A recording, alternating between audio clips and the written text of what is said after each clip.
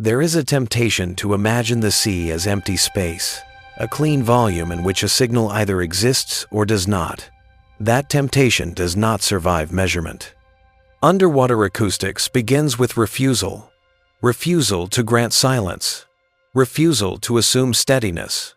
Refusal to accept that distance behaves politely. The ocean is not a quiet background with occasional events. It is a continuous, irregular machine, always producing sound, always reshaping sound, always interfering with its own evidence. A sonar system does not hear in a human sense. It samples pressure changes, converts them into electrical representations, and then into structured data. The data is not the ocean. It is a negotiated compromise between physics, hardware limitations, and math. Every detection is a claim that must survive multiple kinds of skepticism. Is the energy real? Is it local? Is it persistent? Is it coherent? Is it consistent with motion? Is it distinct from the environment? Is it distinct from the system itself? Even before anything moves, the system is already busy, subtracting. Self-noise is present from pumps, flow turbulence along hull surfaces, mechanical vibration, cavitation thresholds, electrical hum. There is the broader acoustic weather distance shipping, wind-driven surface agitation, biological choruses that thicken at night and thin at noon, rain impacts that convert the surface into a wideband percussion field. There is the geological contribution, microseisms, surf, the slow grinding of sediment. There is temperature structure, layers, gradients, inversions. The water column is never uniform, and the speed of sound is never constant. Every assumption about a straight path is punished. Sonar performance begins with a map that is always incomplete, a sound speed profile measured by probe, inferred by historical climatology, approximated by models with margins that widen as time passes. Sound bends toward slower regions, away from faster ones. In practice, that means rays arc. Reflections occur at interfaces, and there are places where acoustic energy pools or starves. Shadow zones exist volumes where a signal can be present but not arrive. Convergence zones exist rings of enhanced return that appear where geometry and refraction conspire to bring distant sound back. A target does not merely occupy space. It occupies a relationship with water structure. Within that relationship, sonar tries to do one of two things. Active sonar emits energy and listens for echoes. Passive sonar listens for what already exists: machinery, flow, transient impacts, propeller blade rates, broadband turbulence. Each mode has its own form of failure. Active sonar announces itself and must interpret echoes in a medium crowded with reflectors. Passive sonar is discrete and must interpret a world where almost everything is noise, until proven otherwise. The phrase "lost a target" sounds like a simple mishap. It rarely is. It implies that the system had enough evidence to assert a track, a consistent hypothesis of position, motion, and identity, and then that hypothesis collapsed. Collapse can happen because the evidence disappeared, or because the evidence became ambiguous, or because the evidence remained but no longer met confidence thresholds. It can happen suddenly, like a light switched off. It can also happen slowly, like a photograph dissolving into grain. Moving too fast to track adds a second claim. It suggests not merely that the target left the area, but that it remained present in some form while outpacing the sonar's ability to maintain continuity. That is a specific kind of defeat. It is a defeat not of detection alone, but of time, the system's sampling cadence, processing latency, and model assumptions about how quickly a target can change its state without ceasing to be the same object. Tracking is not a continuous movie. It is a sequence of snapshots stitched together by prediction. Between pings in active mode or between integration windows in passive mode, the target is not observed. It is inferred. The track is a mathematical argument. Given the last known state and reasonable bounds on acceleration, a new measurement should land near the predicted state. If it does, the argument strengthens. If it does not, the system asks whether the measurement is wrong, the prediction is wrong, or the object is no longer the same. Reasonable bounds are the silent authors of most failures. A track filter, often some variant of a Kalman filter or particle-based estimator, assumes limits. It assumes that motion is smooth enough, that turn rates are not extreme, that accelerations are not impulsive beyond certain thresholds. These assumptions are not naive. They are chosen because without them the filter becomes too permissive and begins tracking noise, creating ghosts that look as convincing as reality. A filter that believes anything will believe everything. A filter that believes too little will drop the truth when it behaves unusually. The ocean, meanwhile, is happy to produce measurements that look like targets. A school of fish can form a coherent reflector in active sonar. A biologic chorus can produce tonal components that mimic machinery in passive. A distant merchant's propeller can refract into a path that makes it seem closer, then vanish as the geometry shifts. A surface wave train can modulate noise so that it appears to pulse with purpose. The system learns caution. The system learns thresholds. The system learns to distrust excitement. Confidence is built from persistence, and persistence depends on revisiting the same patch of water with enough regularity. Here, the concept of track update rate matters more than drama. In active sonar, there is a ping interval. In many operational scenarios, ping intervals are chosen to balance coverage, power, self-reveal, reverberation decay, and processing load. Ping too fast, and reverberation from the last ping contaminates the next. Ping too slow, and the target can move too far between looks. In passive sonar, there is not a ping but an integration time, a window over which the system accumulates energy to improve signal-to-noise ratio. Long integration improves detection of weak tonals. Long integration also smears fast changes. If a target is accelerating, changing course, or producing transient bursts, a long window can average away the very evidence needed for continuity. Short integration preserves agility, but reduces sensitivity. Again, refusal of easy solutions. Speed alone is not the entire story. In sonar, speed becomes threatening when combined with geometry. A target moving directly toward or away from the sensor changes range quickly, but may remain in the same bearing. A target crossing the sensor's line of sight changes bearing quickly, potentially escaping narrow beams. A target moving in the outer ranges may remain detectable, but have uncertain range, especially in passive mode, where bearing is measured more directly than distance. Fast bearing rate can be a killer. It forces rapid beam steering. It strains association logic. It increases the chance that the next detection will be assigned to a different object. Association is the quiet heart of tracking. Given a set of detections at time t and a set of existing tracks, which detection belongs to which track? When targets are slow and sparse, the answer is obvious. When targets are fast, or when false alarms increase, the answer becomes probabilistic. The system can hesitate, and hesitation can be fatal. A missed association is not just a missed moment, it is a break in narrative. Once the narrative breaks, the track becomes an orphaned hypothesis, and soon it is terminated. There are also mechanical limits. Sonar arrays have beam widths determined by aperture, size, and frequency.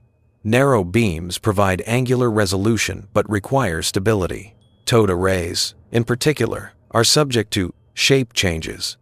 The array is not a rigid ruler behind the platform. It is a flexible body influenced by currents, platform maneuvers, and its own hydrodynamic behavior. Shape estimation is necessary to interpret bearing correctly. If the array shape is uncertain, bearing becomes uncertain. If bearing becomes uncertain, association becomes uncertain.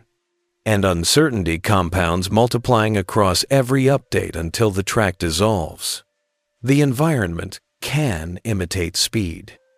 A sound path can shift due to internal waves or changing thermoclines, making an otherwise steady source appear to jump in bearing or intensity. Multipath propagation can create multiple arrivals: direct path, surface reflected, bottom reflected. If the system locks on to one arrival and then the dominant arrival switches, the apparent bearing and time of arrival can shift abruptly. The target did not accelerate, the medium rearranged the evidence. But the track filter sees motion, and it tries to explain it. The explanation may fail. The phrase, "lost a target moving too fast to track," therefore compresses many possible mechanisms into a clean sentence. It could mean the target's true kinematics were exceptional: high speed, high acceleration, rapid course reversals, vertical maneuvers that change depth and thus sound path.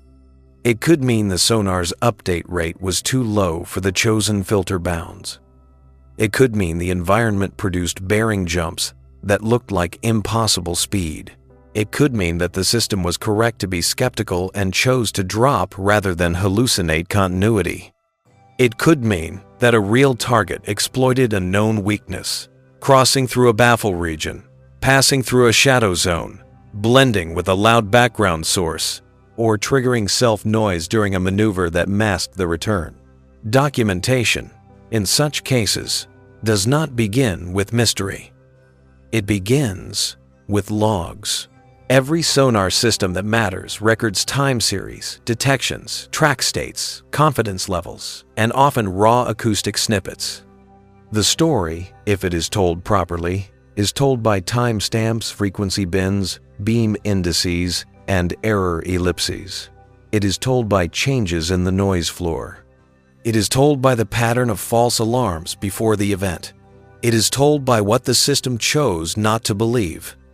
A typical sequence, compressed into a technical narrative, looks like this: initial indication, tentative detection, confirmation through persistence, track initiation, stable tracking, then discontinuity, either gradual loss of signal to noise or abrupt mismatch in predicted versus measured state. The mismatch triggers gating failures. The new detection lies outside the expected region. The system searches within broader limits. Multiple candidates appear. The probability mass spreads. Confidence drops. The track is marked degraded. Another update fails. The track is declared lost. This is not a metaphor. Many systems literally maintain a covariance matrix, a measure of uncertainty. When updates are consistent, covariance shrinks. When updates fail or are inconsistent, covariance grows. A fast-moving target causes covariance growth because prediction uncertainty increases with time step and unmodeled acceleration. If the time step is large, uncertainty grows rapidly. Eventually, the uncertainty region becomes so large that it overlaps too many detections, and association collapses into ambiguity.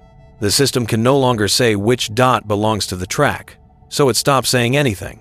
There is also a more brutal failure mode. Contact fades below detectability. In passive sonar, a target can reduce acoustic output. In active, a target can present a low target strength aspect or move into a region where reverberation dominates. In either case, the system may still know where the target should be, but without measurements, the track becomes pure prediction, and prediction decays. Every second without evidence is a tax on belief. What matters in this documentary approach is that speed is not merely a number. It is a relationship between the target's motion, the system's sampling, the environment's distortion, and the tracker's tolerance for surprise. Too fast to track can mean too fast relative to beam revisit, too fast relative to integration window, too fast relative to permissible acceleration, too fast relative to processing latency, too fast relative to array stabilization, too fast relative to reverberation decay, too fast relative to the ocean's own habit of rearranging arrival paths. Sometimes, the speed is real. the water admits it reluctantly. High-speed submerged motion generates significant flow noise and often cavitation if propulsors are not designed to avoid it. Cavitation produces broadband noise and can make a target louder, not quieter.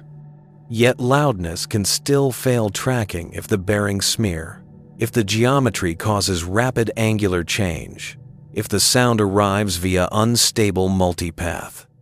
A loud target can be lost if it behaves like a flashbulb, bright, brief, and discontinuous. The first part of the story therefore settles on a baseline, the normal world, where the sonar is competent and the ocean is unruly but legible. The system sits inside a thick envelope of noise and tries to extract structure. It does so by exploiting regularities, tonals that persist at specific frequencies, modulation patterns linked to mechanical rotation, broadband signatures with stable spectral slopes, echoes that return with consistent delay and bearing. It maintains multiple hypotheses when it must.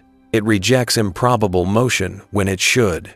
It tracks by turning uncertainty into a manageable shape. Then an outlier arrives, not as a cinematic moment, but as a subtle break in the expected statistics. The first sign is often not an obvious contact, but a failure of the noise model. A rise in a narrow band. A slight bearing bias that refuses to average out. A transient that repeats with irregular spacing. A return that arrives earlier than expected for its bearing, hinting at a different path. A correlation peak that is too sharp to be random, too unstable to be trusted. In a proper record, the first indication is not labeled target. It is labeled as anomaly, candidate, unassociated detection. The system resists narrative at the beginning. It demands repetition. It demands that the ocean say it again, and again, and again. By the time the anomaly has repeated enough to form a tentative track, the system has already performed a quiet act of faith. It has decided that the evidence belongs to a single moving source rather than a shifting pattern of environmental artifacts. It has assigned continuity. It has begun predicting where the next evidence should appear. That prediction is the trapdoor. It is necessary, and it is fragile.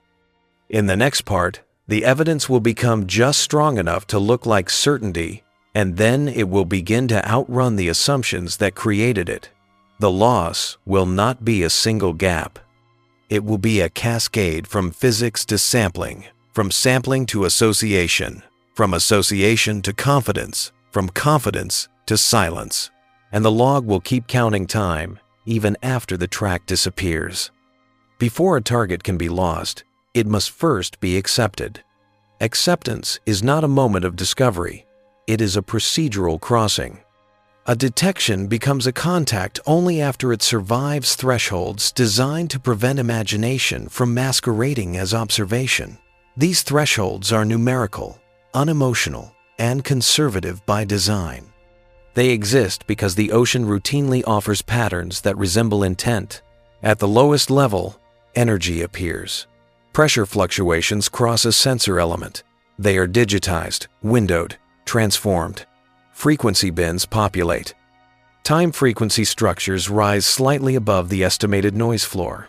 Most of them are discarded immediately. Their shapes are wrong. Their persistence is insufficient.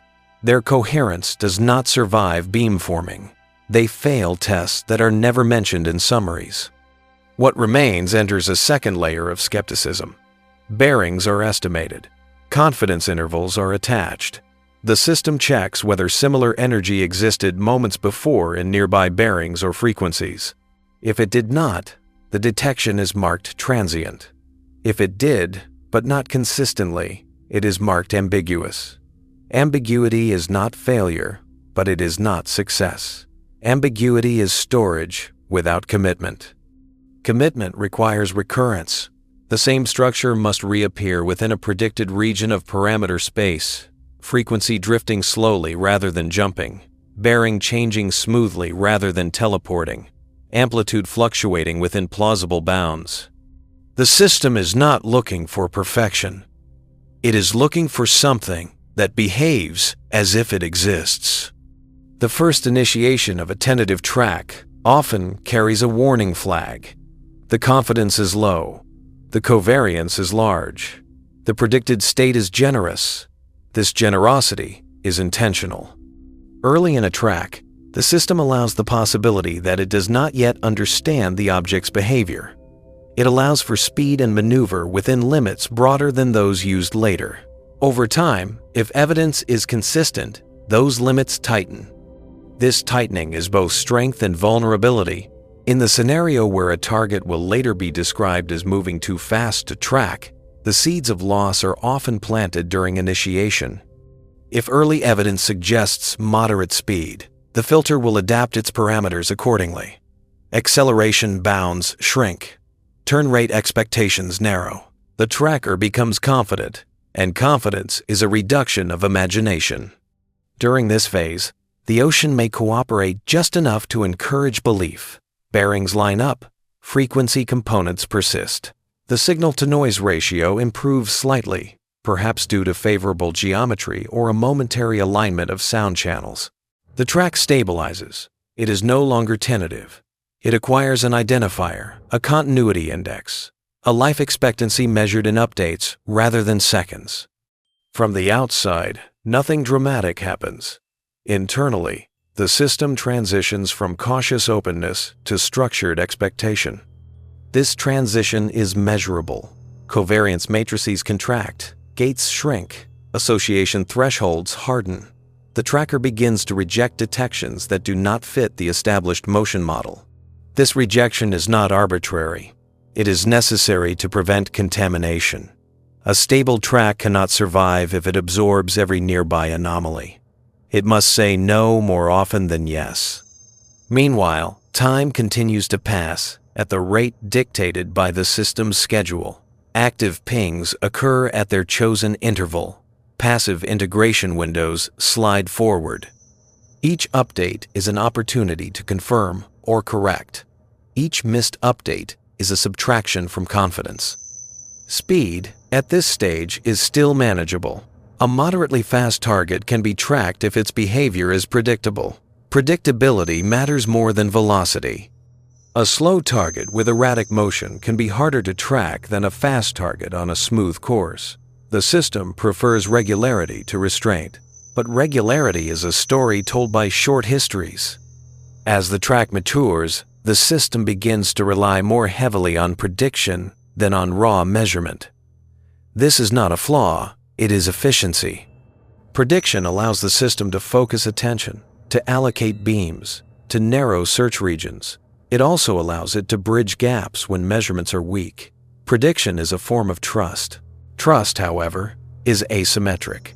It assumes that the future will resemble the immediate past within defined bounds. When those bounds are violated, the system reacts not with curiosity, but with alarm. The first violation is often subtle. A bearing update arrives slightly outside the predicted gate.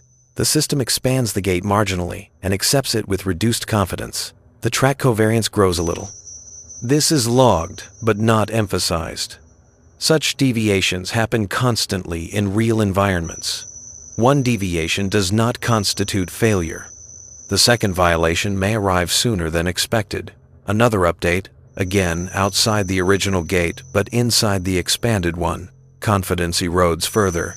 The tracker begins to consider alternate explanations. Is the target accelerating? Is the bearing estimate degraded?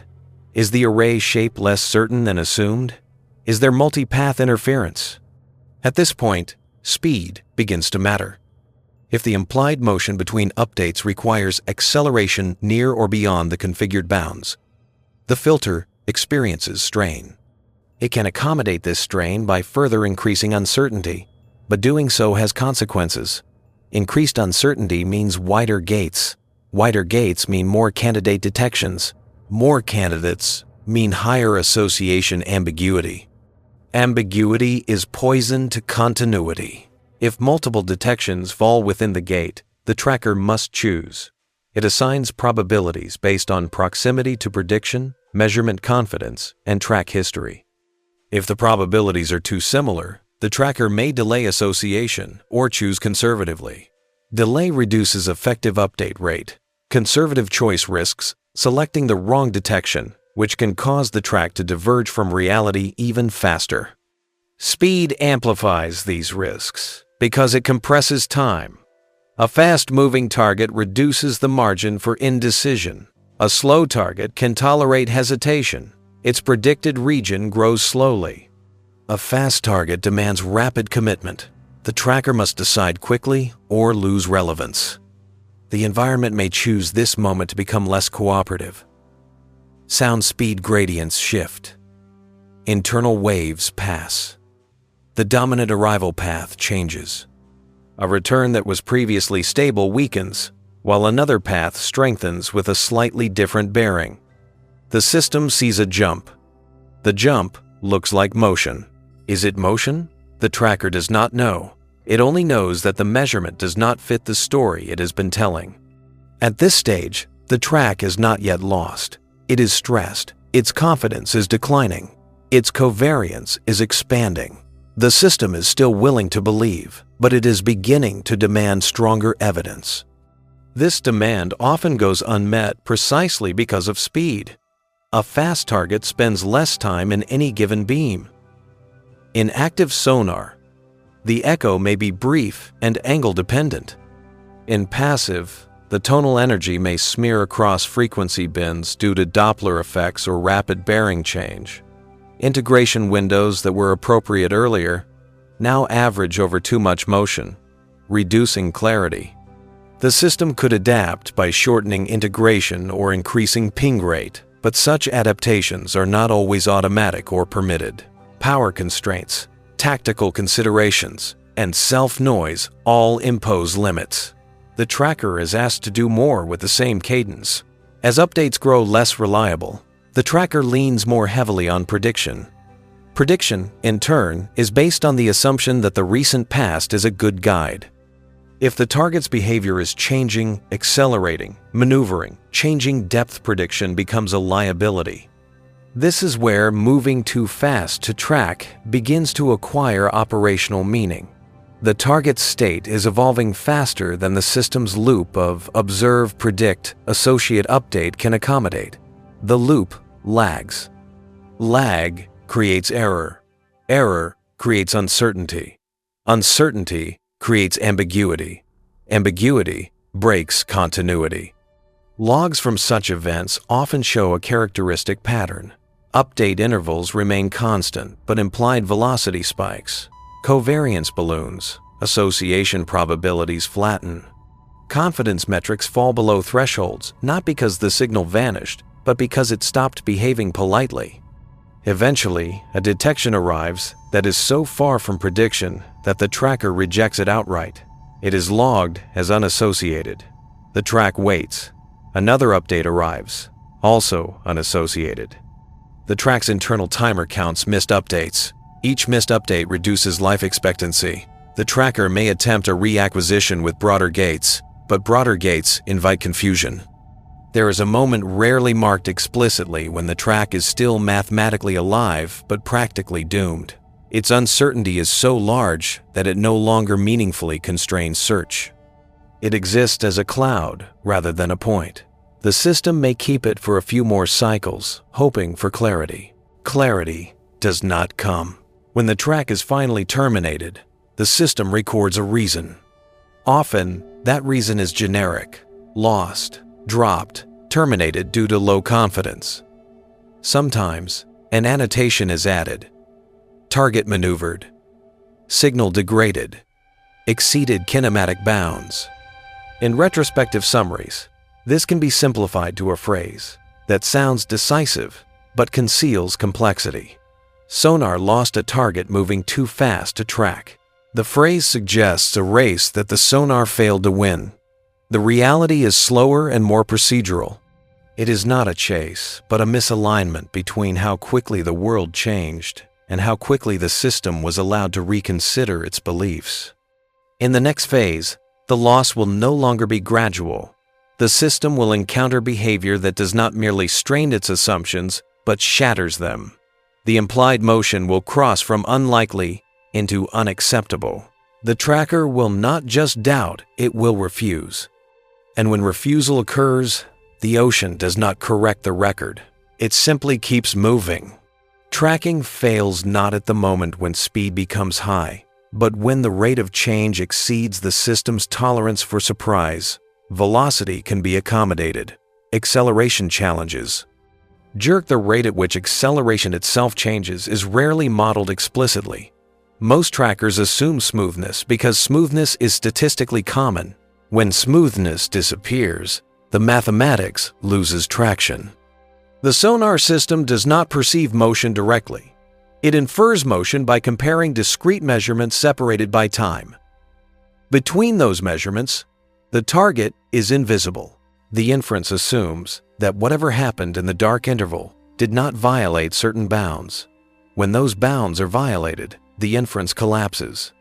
Consider the timeline implicit in any sonar update cycle. First, sound propagates delayed by distance and distorted by the medium. Then, the return is captured, processed, and transformed into features. Then, those features are associated with existing hypotheses. Then, state estimates are updated. Each stage consumes time. None of it is instantaneous. The world, meanwhile, continues without waiting. Latency accumulates. By the time a detection is used to update a track, the target is already somewhere else. The tracker compensates by projecting the state forward to the current time. This projection assumes that motion during the latency was consistent with the model. If the target's motion during that interval was extreme, the projection is wrong before it is even applied. High-speed motion compresses the margin for error.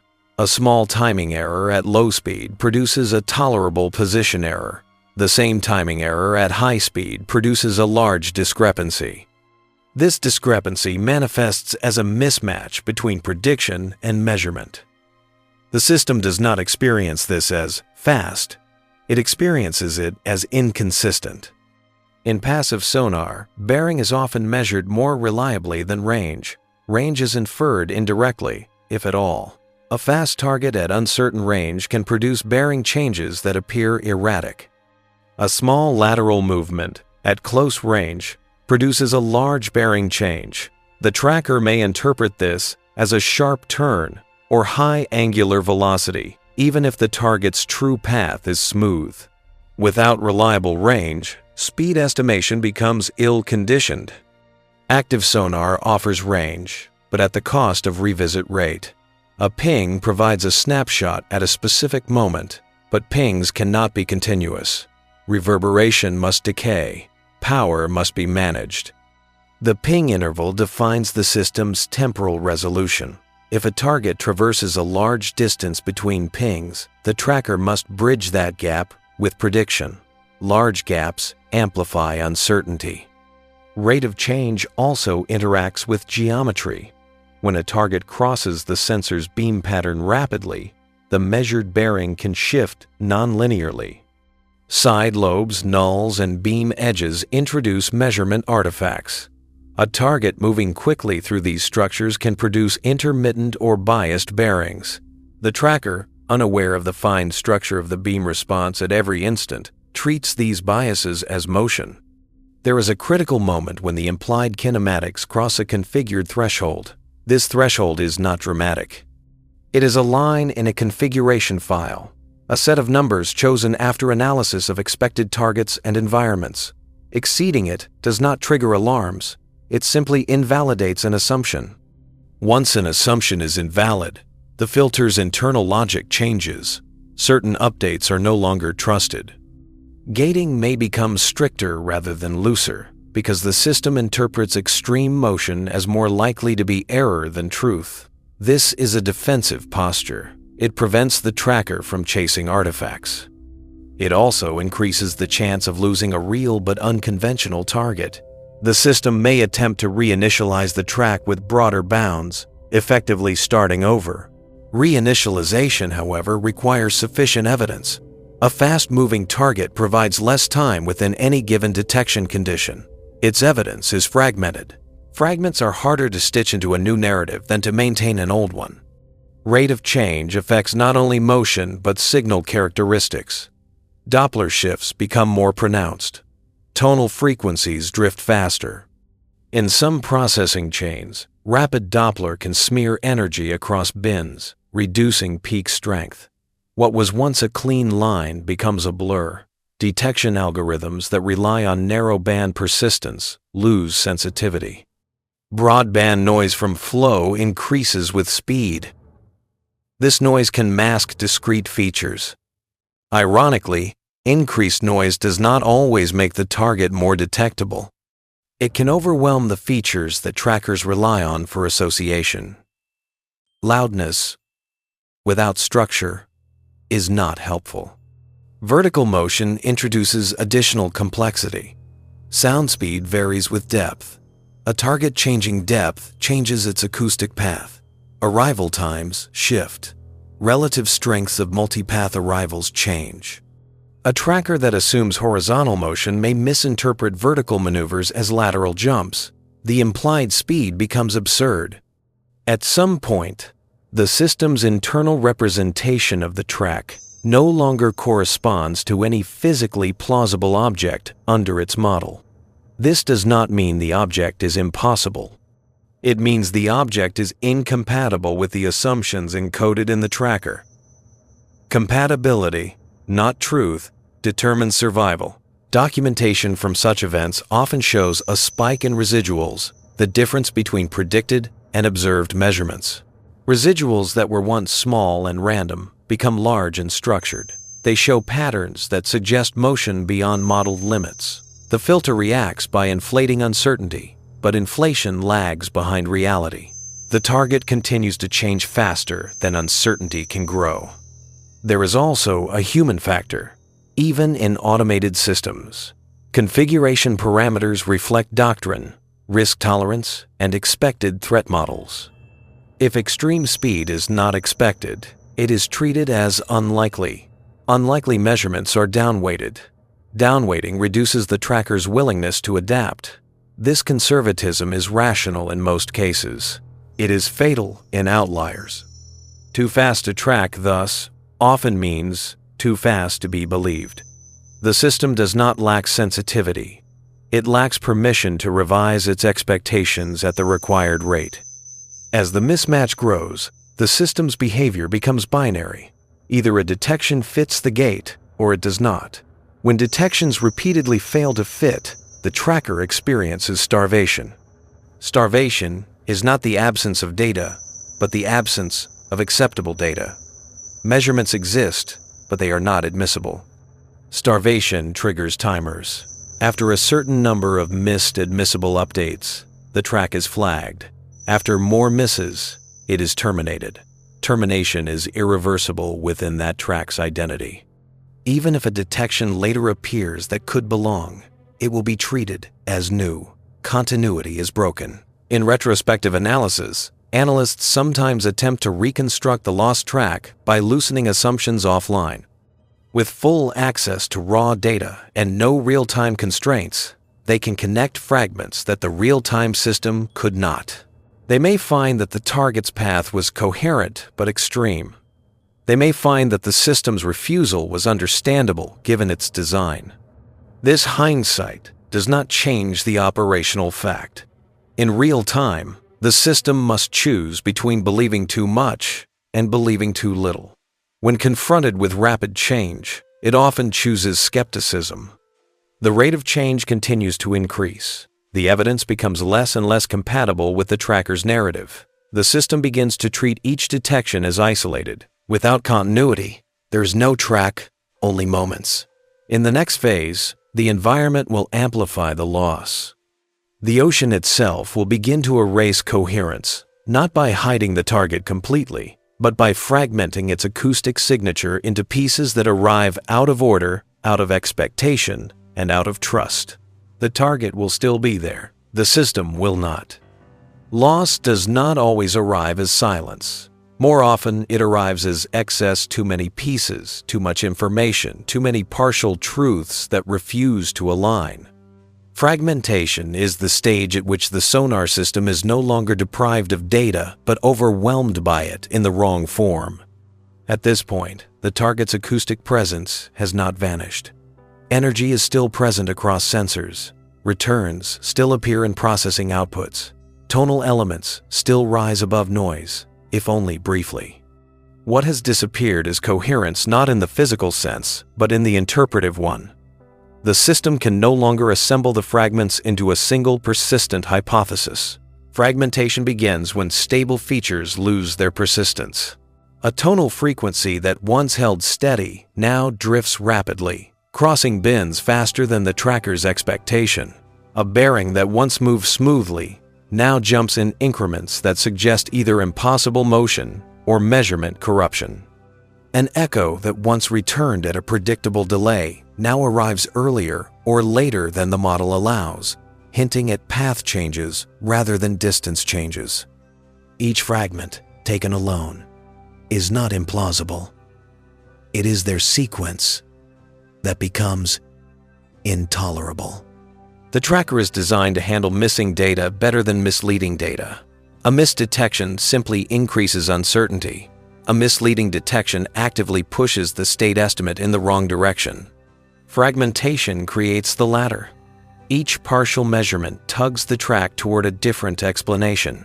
The filter responds by resisting dampening updates, reducing gain, trusting prediction over measurement. This resistance is a form of inertia.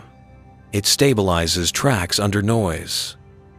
Under rapid change, it becomes a liability. Fragmentation is exacerbated by multipath propagation. In complex environments, a single acoustic event can arrive via multiple paths with different delays and bearings. When geometry and water structure are stable, these paths are consistent. The system learns which arrival to trust. When geometry changes rapidly due to target motion, platform motion, or environmental dynamics, the dominant path can switch from one update to the next. To the tracker, this looks like teleportation. One update suggests the target is here. The next suggests it is somewhere else, incompatible with any plausible transit given the time elapsed. The tracker must decide whether one of these updates is false. Without external context, it chooses conservatively. It treats the inconsistency as error rather than truth. In active sonar, fragmentation can also arise from aspect-dependent target strength. A target may present a strong reflective surface at one orientation and a weak one at another. Rapid maneuvering changes aspect quickly. Echo strength fluctuates. A strong echo initiates confidence. A weak echo undermines it. The system oscillates between belief and doubt. Passive sonar experiences a different form of fragmentation. Mechanical noise signatures depend on operating state. Rapid changes in speed or propulsion mode alter spectral content. Tonals appear and disappear. Harmonic relationships break. Classifiers that rely on these relationships lose their footing. What was once recognized as a single source begins to look like several unrelated ones. The tracker is not built to merge unrelated hypotheses spontaneously. Merging requires justification. Fragmentation provides the opposite. There is also an interaction with spatial resolution. At long ranges, angular resolution is limited. Multiple distinct arrivals can fall within the same beam. As the target moves rapidly, these arrivals shift relative to beam patterns. Energy redistributes across beams in ways that are difficult to interpret. A detection that was centered in one beam may split across adjacent beams, reducing apparent strength and altering bearing estimates. From the system's perspective, the target is no longer a point but a smear. Smears are dangerous. They resemble reverberation. They resemble distributed noise. They resemble things the system is trained to ignore. At this stage, operators, if they exist, often see conflicting indications. Automated logs show intermittent detections with no stable track. Visual displays flicker with unassociated contacts that appear and disappear. There is activity, but no narrative. The system refuses to commit. This refusal is not stubbornness, it is design. Commitment without coherence leads to hallucination. Hallucination is worse than ignorance in operational contexts. A false track can draw attention, resources, and decisions away from reality.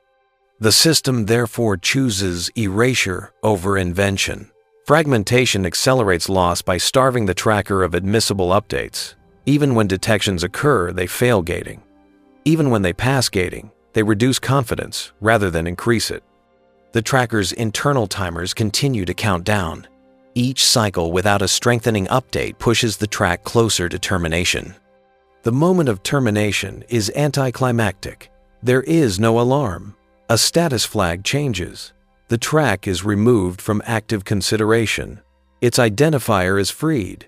The system reallocates resources elsewhere. After termination, fragments may continue to appear. They are treated as new anomalies, each evaluated independently. Without memory, there is no accumulation. Without accumulation, there is no track. From the outside, this can look like disappearance. In reality, it is disintegration. The phrase, "lost the target," implies absence. The reality is abundance without structure. The target, still moving rapidly, continues to generate sound and reflection. The ocean continues to transmit that information imperfectly. The sensors continue to receive it. What fails is the assembly, the ability to say that this moment and the previous one belong to the same cause. Fragmentation is the point at which recovery becomes unlikely without a change in conditions, a change in speed, a change in course, a change in environment, or a change in system parameters. Without such a change, the fragments will continue to arrive misaligned, each reinforcing the system's skepticism. In post-event analysis, fragmentation is visible as a spray of detections across time in bearing plots, lacking the clean diagonal trace of a coherent track. Analysts may draw lines through the spray and see a path. The real-time system could not afford that luxury. In the next phase, the loss will no longer be driven primarily by internal logic. The environment itself will intervene more aggressively, reshaping propagation in ways that actively destroy continuity. The ocean will stop cooperating entirely, not by going quiet, but by becoming louder in exactly the wrong ways. When coherence fails internally, the environment often completes the work. The ocean does not need intention to interfere. It only needs motion of its own. At this stage, environmental overprint becomes dominant not as background noise, but as an active modifier of evidence. What the system receives is no longer primarily shaped by the target's behavior, but by the medium's evolving structure. Sound speed profiles shift continuously. Temperature gradients migrate with currents and internal waves. Salinity layers slide, compress, stretch. These changes do not need to be dramatic to matter. A small alteration in gradient can redirect acoustic energy enough to change which paths dominate reception. What was once a clear direct path may weaken. A reflected path may strengthen. Arrival times reorder themselves. To the tracker, this reordering looks like motion without cause. Environmental overprint is particularly effective against fast-moving targets because it compounds uncertainty. Rapid target motion already stretches prediction. Environmental change shifts the mapping between motion and measurement. The tracker is forced to explain discrepancies with a model that assumes the medium is approximately stable over the update interval. That assumption is now false. Internal waves are a common culprit. They propagate slowly compared to surface waves, but their vertical displacement of water layers can be significant. As an internal wave passes through the region between source and receiver, it bends sound paths dynamically. Bearings oscillate, arrival angles fluctuate, delays stretch and compress. These effects can occur on timescales comparable to or faster than sonar update rates. The system has no direct sensor for internal waves. It infers environmental stability indirectly from the consistency of measurements. When consistency vanishes, it attributes the problem to noise or target maneuver, not to a moving thermocline. The wrong explanation leads to the wrong response. Surface conditions add another layer. Increased wind roughens the surface. increasing scattering and noise. Rain creates broadband interference. Wave action modulates surface reflections, causing time-varying multipath. These effects are not uniform. They vary with direction, frequency, and time. A fast target traverses these changing conditions quickly, experiencing different acoustic regimes from one update to the next. Bottom interaction matters as well. In shallow or littoral environments, bottom composition sand, mud, rock influences reflection and absorption. As geometry changes, bottom reflected paths may strengthen or fade. A fast-moving target crosses bottom features rapidly, causing sudden changes in echo characteristics. What was a strong return becomes weak. What was weak becomes dominant. The tracker sees inconsistency. Environmental overprint does not need to erase the signal. It only needs to decorrelate it. Decorrelated evidence cannot be stitched into a narrative. At this stage, the system's noise model begins to fail. Noise is assumed to be statistically stationary over short intervals. Environmental change breaks stationarity. The estimated noise floor becomes inaccurate. Detection thresholds drift. Features that should stand out do not. Features that should be ignored occasionally spike above threshold. False alarms increase. An increase in false alarms is especially damaging during high-speed tracking. The association problem becomes combinatorial. With more candidate detections and fewer reliable predictions, the tracker's confidence collapses rapidly. To protect itself, it tightens criteria. Tight criteria exclude marginal evidence, including real evidence distorted by the environment. The ocean effectively weaponizes the system's caution. Environmental overprint also interacts with platform motion. Even minor adjustments in sensor orientation or speed change, self-noise characteristics, and array response. Flow noise increases with speed. Structural vibration shifts. These changes contaminate low-frequency bands and obscure weak signals. If the platform maneuver coincides with environmental change, attribution becomes impossible. The tracker cannot separate target behavior from sensor behavior. At this point, even if the target were to slow down, recovery would not be immediate. The track is gone. Reacquisition requires reinitiation, which requires persistence. Environmental overprint prevents persistence by ensuring that each detection looks different from the last. From the logs, this phase is marked by instability. Detection counts fluctuate wildly. Bearing estimates scatter. Confidence metrics oscillate. There is activity everywhere and clarity nowhere. Analysts reviewing such data often note that the target did not disappear cleanly. There is no sharp cutoff. Instead, there is a gradual drowning of structure in variability. The signal becomes indistinguishable from the medium not because it is weak, but because it is unrecognizable. The phrase environmental masking is sometimes used, but it understates the situation. Masking implies concealment. What occurs here is distortion. The environment does not hide the target.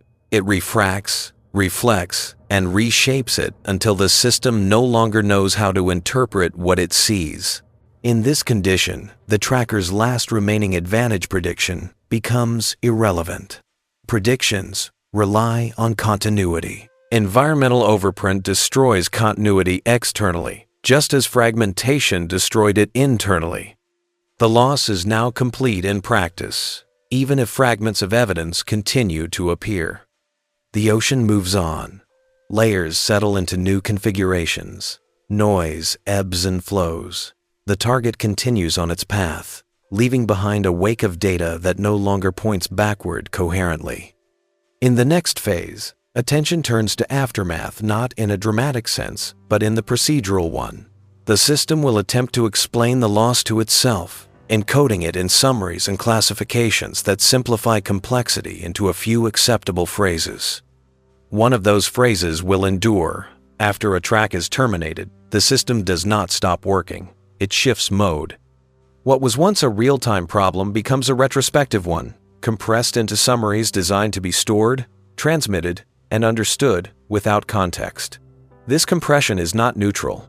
It reshapes events into categories that fit existing taxonomies. The loss is first registered as a state change. An internal flag moves from active to inactive. A timer expires. The track identifier is retired. None of this implies interpretation. It is bookkeeping precise, indifferent, and fast. Interpretation arrives later, layered on top of the record. Once the track is gone, the system attempts to answer a limited set of questions. Was the loss due to signal degradation? Was it due to maneuver? Was it due to interference? Was it due to own-ship effects? Each question maps to counters and thresholds that were incremented or crossed during the final moments of the track's life. The answers are rarely exclusive. Multiple causes may be indicated simultaneously. To reduce ambiguity, the system applies precedence rules. Some explanations are favored over others because they are operationally useful. Environmental degradation is less actionable than target maneuver. Target maneuver is less informative than exceeded kinematic limits. Exceeded kinematic limits is less concise than moving too fast to track. The phrase is not poetry, it is compression. Within that compression, many distinctions vanish. It does not say whether speed was linear or angular.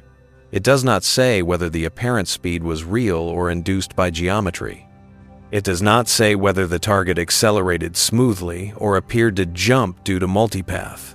It only says that the tracker's assumptions were violated in a way that could not be reconciled within real-time constraints.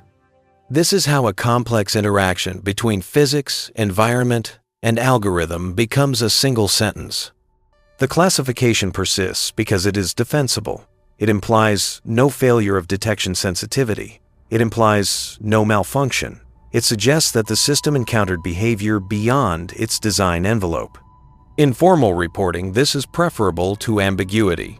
Ambiguity invites questions. Questions demand answers. Answers require time and access to raw data that may not be available. Thus, the phrase survives review. Internally, however, the system's memory of the event is richer. Logs preserve every update attempt, every rejected association, every covariance inflation. Residuals are stored. Detection lists remain. If revisited, the data can tell a longer story. One of gradual stress, mounting inconsistency, and eventual refusal. But revisitation is rare. Systems are designed for the present, not for archaeology. Storage is finite. Attention is finite. Most events are not revisited unless they repeat. Speed, in this context, is not just a property of the target. It is a stress test of the entire sensing pipeline. It tests how quickly the system can update beliefs, how rapidly it can adapt parameters, how flexibly it can reinterpret evidence. When the system fails, the failure is described in the language of motion because motion is the most visible symptom. There is also a psychological dimension embedded in the classification. Even when no human is directly involved in the decision, motion implies agency. A fast-moving target feels active, intentional, challenging. Environmental effects feel passive, accidental, less worthy of emphasis. Framing the loss as a contest, the target moved too fast, preserves a narrative in which the system was challenged rather than confused. This framing matters because it influences future configuration. If losses are attributed to speed, designers may consider increasing update rates, widening kinematic bounds, or allowing more aggressive tracking. If losses are attributed to environment, they may consider better modeling or adaptive noise estimation. The chosen phrase nudges evolution in one direction rather than another. Yet increasing tolerance is not free. Allowing higher speeds means accepting higher false track rates. It means risking hallucination. It means trusting measurements that look extreme. Every extension of belief opens a door to error. Designers must choose where to place skepticism. In many systems, skepticism wins. The aftermath phase also includes suppression. Once a track is lost and classified, the system may actively suppress attempts to reinitiate similar tracks in the same region for a short period. This prevents oscillation, repeated initiation, and loss driven by the same unstable evidence. Suppression improves stability at the cost of sensitivity. A fast-moving target passing through such a region may leave multiple traces that are each ignored because they resemble a recent failure. From the outside, this looks like disappearance, followed by silence. Internally, it is a protective pause. Time passes. Environmental conditions continue to evolve. The target, now elsewhere, may eventually re-enter a regime where its behavior aligns with system assumptions. If detected again, it will be treated as new. Continuity will not be recovered. The earlier track will remain an isolated artifact, its existence acknowledged only in logs. In documentation, the event may occupy a single line. Sonar contact lost. Reason target maneuvered beyond tracking capability. The simplicity is misleading, but it is intentional. What is not recorded explicitly is the uncomfortable truth that the target may not have been extraordinary at all. It may have been ordinary motion intersecting extraordinary circumstances. Or it may have been extraordinary motion intersecting ordinary caution. The system cannot know. It can only say what it could not accept. In the next phase, the narrative steps away from the system and considers the boundary it enforces, the invisible envelope within which motion is allowed to be real. Beyond that envelope, reality exists but is untrackable. Speed is one way to cross that boundary. There are others. Every tracking system lives inside an envelope. The envelope is not drawn on a screen and not stored as a single parameter. Yet it governs everything. It defines which motions are admissible, which changes are plausible, which continuities deserve preservation. Inside the envelope, reality is legible. Outside it, reality still exists, but the system has no language for it. The envelope is built from assumptions layered over time. Some assumptions come from physics. Sound cannot travel faster than a certain speed in water. Echoes cannot return before they are emitted. Bearings cannot change infinitely fast without proximity. Some assumptions come from engineering update rates, processing latency, sensor geometry. Others come from doctrine: what kinds of targets are expected, what behaviors are considered realistic, what risks are acceptable. None of these assumptions are individually unreasonable. Together, they form a boundary that is both necessary and fragile. When a target approaches the edge of this envelope, the system begins to struggle quietly. Measurements become harder to reconcile. Predictions grow less reliable. Uncertainty increases. The tracker compensates, adjusts, resists. As long as the target remains inside, even barely, continuity can be preserved. Once the boundary is crossed, continuity collapses abruptly. This collapse is often misinterpreted as sudden disappearance. In reality, it is a phase change. The system transitions from a regime where errors can be corrected to one where errors compound faster than correction is possible. Speed is a particularly efficient way to force this transition because it attacks multiple assumptions simultaneously. High speed increases the distance traveled between updates. It amplifies the effect of latency. It magnifies small timing errors into large spatial errors. It accelerates bearing change, stressing angular resolution. It increases Doppler effects, altering spectral features.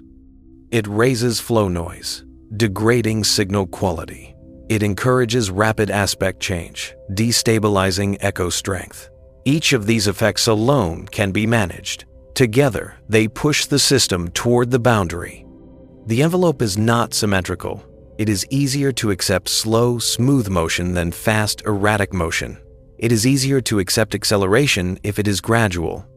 It is easier to accept rapid bearing change at long range than at short range. It is easier to accept speed if direction is stable. The envelope has corners and folds shaped by these preferences. A target that moves fast, but predictably, may remain trackable. A target that moves unpredictably, but slowly, may also remain trackable. A target that combines speed with unpredictability forces the system to choose between widening its envelope or abandoning coherence.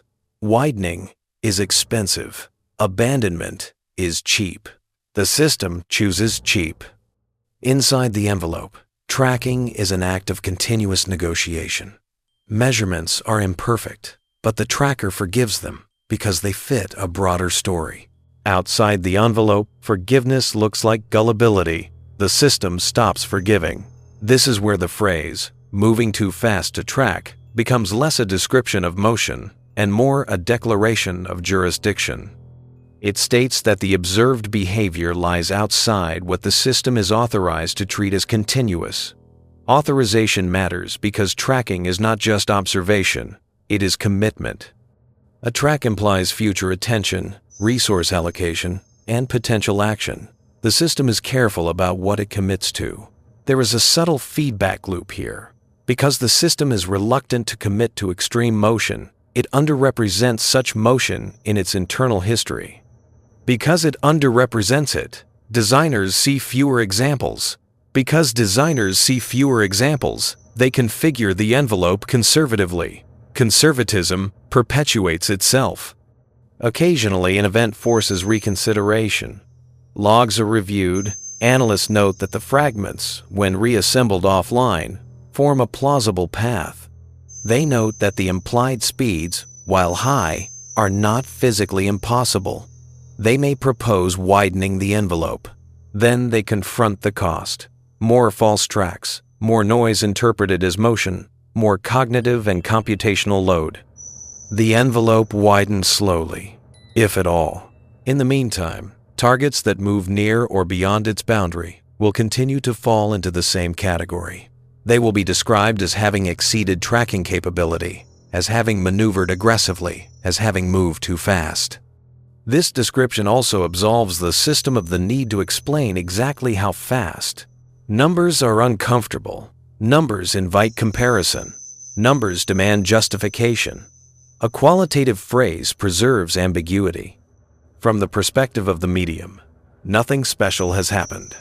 Water has carried sound according to its properties. The target has moved according to its own constraints. The sensors have responded according to their design. Only the interpretation has failed, and interpretation is where systems draw lines. There is another aspect to the envelope that is rarely acknowledged. It is time-bound.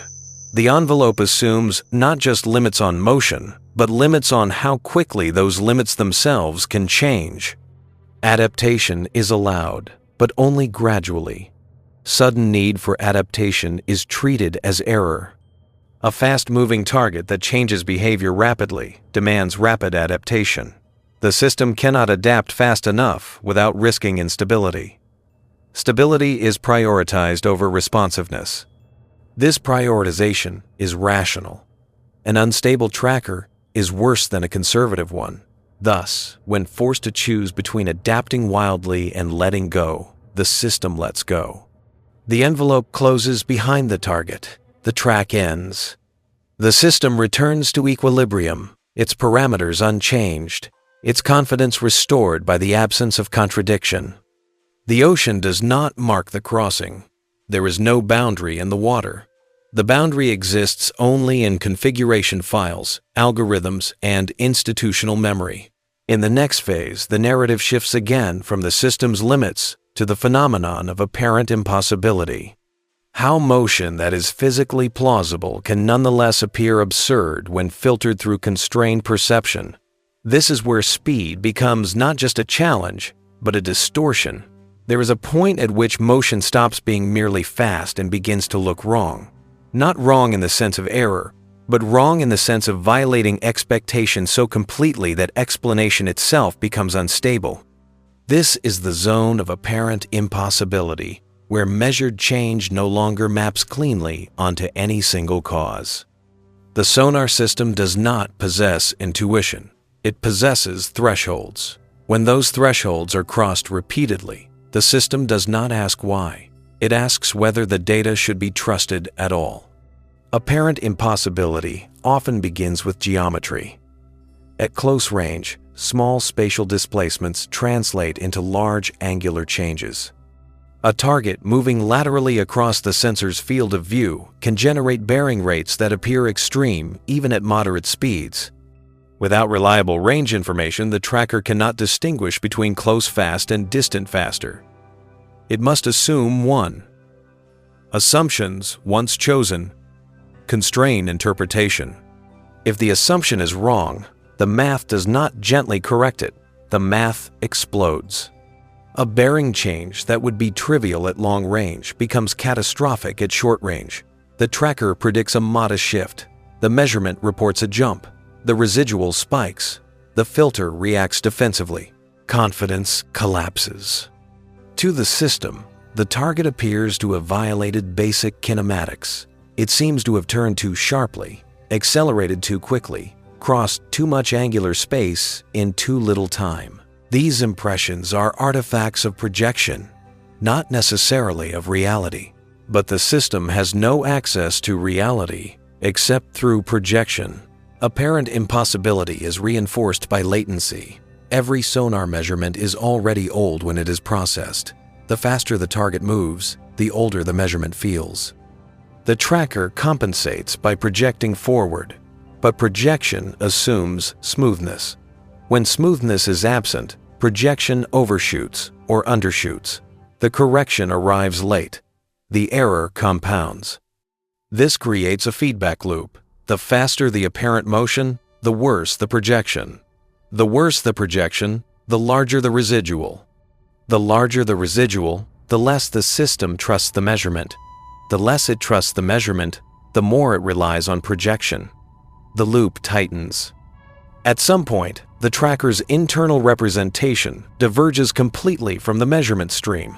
The divergence is not subtle. It is obvious in logs. Predicted states and observed states occupy disjoint regions of parameter space. There is no overlap. There is nothing to reconcile. In this state, even correct measurements are rejected because they are incompatible with prediction. The system has effectively sealed itself off from reality in order to preserve internal consistency. This is not a bug. It is a safeguard. A system that constantly rewrites its beliefs in response to extreme inputs becomes unstable. Apparent impossibility also arises from Doppler effects. Rapid relative motion shifts frequencies quickly. Tonal lines slope steeply in time-frequency space. Detection algorithms tuned for gentle slopes lose lock. Energy smears. Peaks flatten. What was once a reliable feature becomes ambiguous. Ambiguity, again, is not absence. It is presence without permission. The ocean contributes its own distortions. Multipath arrivals interfere constructively and destructively. Phase relationships change. At one moment, arrivals reinforce, producing a strong signal. At the next, they cancel, producing a null. To the tracker, the target appears to blink in and out of existence. Blinking at high apparent speed looks like teleportation. Teleportation is intolerable. There is also a statistical dimension. Trackers assume that noise is random and motion is structured. Apparent impossibility reverses this assumption. Motion appears random, noise appears structured. The system does not know how to proceed when its priors are inverted. At this stage, classification becomes almost inevitable. The system cannot say what the target is doing, but it can say that what it appears to be doing is outside expectation. The simplest explanation is extreme maneuver. Extreme maneuver implies intent, but intent is irrelevant. The system does not model intent. It models plausibility. Extreme maneuver is a label applied when plausibility fails. The phrase "moving too fast to track" emerges naturally here. It compresses angular rate, Doppler slope, residual magnitude, and covariance growth into a single cause. It absolves the system from having to explain geometry, latency, or projection error. It frames the loss as a consequence of excess motion rather than insufficient interpretation. From a documentary perspective, this is the moment where the event becomes memorable, not because something dramatic occurred in the water, but because the system reached the edge of its descriptive power. Beyond that edge, language simplifies. In raw data, nothing magical marks this boundary. There is no spike that says impossible. There is only a gradual accumulation of contradictions until the tracker refuses to continue. The refusal is procedural, not emotional. It is a line crossed quietly. After refusal, the system behaves as if the target has vanished, even if detections continue to flicker. Those detections are stripped of continuity. They are no longer evidence of motion, only isolated events. Without motion, there is no speed. Without speed, there is nothing left to exceed. Apparent impossibility thus resolves itself paradoxically into absence. The target continues. The water continues. The sensors continue. Only the story ends. In the next part, the focus shifts to time, not environmental time or processing time, but the specific role of update cadence. How discrete observation turns continuous motion into something that can outrun perception itself. Sonar does not observe continuously. It samples. Between samples, reality is assumed, not measured. This assumption is invisible when motion is slow. It becomes decisive when motion accelerates. Every sonar system operates on a cadence, a rhythm, imposed by physics, hardware, and policy. In active sonar, cadence is defined by ping interval. In passive sonar, by integration windows and update cycles, cadence determines how often the system is allowed to reconsider what it believes. Motion that evolves faster than cadence is not simply fast, it is undersampled. Undersampling is not failure of sensitivity, it is failure of timing. The system receives accurate snapshots, but too far apart to reconstruct the path between them. It must interpolate. Interpolation assumes smoothness. When smoothness is absent, interpolation lies. A fast target can cross a significant portion of space between updates. If the cadence is slow, the implied path between snapshots becomes implausible. The tracker is forced to explain large changes with limited temporal resolution. The explanation often fails. This failure is not gradual. It has a threshold quality. Below a certain speed, interpolation errors are tolerable. Above it, they explode. Small timing uncertainties turn into large spatial discrepancies. Prediction error grows faster than correction can reduce it. Cadence also interacts with direction. A target moving radially may appear manageable even at high speed because bearing changes slowly. A target moving tangentially may appear erratic at much lower speed because bearing changes rapidly. Cadence does not adapt to geometry. It is fixed. Latency compounds the problem. By the time a measurement is processed, the target has already moved. The system compensates by projecting forward, but projection is only as good as the assumed motion model. Rapid change invalidates the model. Thus, cadence defines not just how often the system looks, but how much change it can forgive between looks. When cadence is mismatched to motion, the system experiences a peculiar illusion. The target appears to jump. Not because it teleports, but because the system missed everything in between. The jumps violate kinematic bounds. The tracker rejects them. This rejection is logical. If accepted, the system would have to allow implausible acceleration. Allowing implausible acceleration opens the door to tracking noise. The system prefers blindness to delusion. In passive sonar, long integration windows improve detection of weak signals, but they blur rapid change. A fast-moving target can smear its own signature across frequency and bearing. The result is a detection that is present but diluted. The tracker receives less precise information exactly when it needs more. Shorter integration could help, but it reduces sensitivity. Systems are configured for expected behavior. Unexpected speed breaks that configuration. Active sonar faces a similar trade-off. Shorter ping intervals improve temporal resolution, but increase reverberation and self-noise. They also reveal the platform. Cadence is constrained by more than tracking performance. Thus, when a target moves faster than cadence can resolve, the system cannot follow without violating other constraints. It chooses consistency over pursuit. From the outside, the loss appears sudden. Internally, it is the predictable outcome of discrete observation meeting continuous motion. Cadence is a quiet limit. It does not announce itself in summaries, yet it often decides what can and cannot be tracked. In the next part, the narrative turns towards silence, not the absence of sound, but the operational silence that follows loss, when the system resumes equilibrium as if nothing exceptional occurred. After loss, motion does not stop being measured. It stops being trusted. The sensors continue to register pressure changes. Arrays continue to form beams. Spectra continue to populate. What disappears is not data, but legitimacy. Measurements arrive stripped of continuity, reduced to isolated facts without lineage.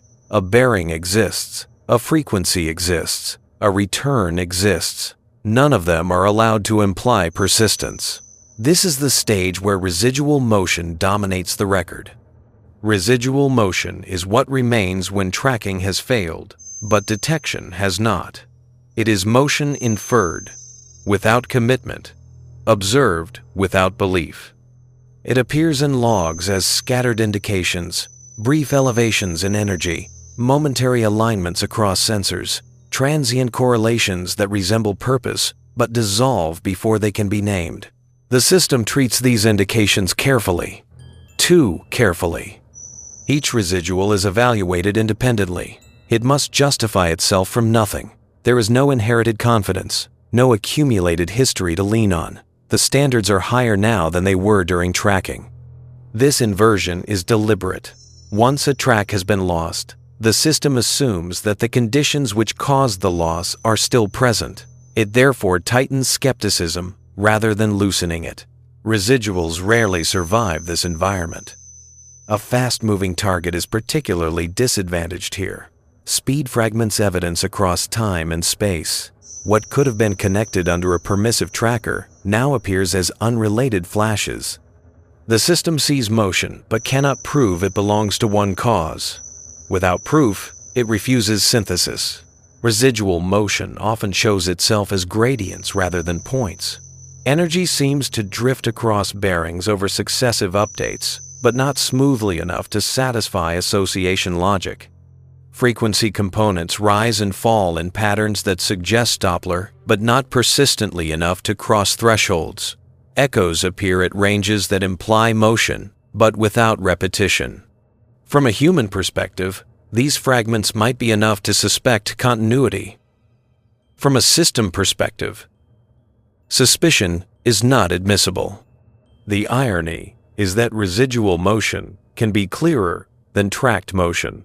Without the smoothing imposed by prediction, raw changes stand out starkly. Bearings swing rapidly. Frequencies slope steeply. Delays compress and stretch. The behavior looks extreme precisely because it is no longer moderated by a model. Extreme behavior, however, is indistinguishable from error when taken alone. The system's design philosophy is conservative to the point of self-erasure. It would rather miss a real fast-moving object than invent continuity where none can be proven.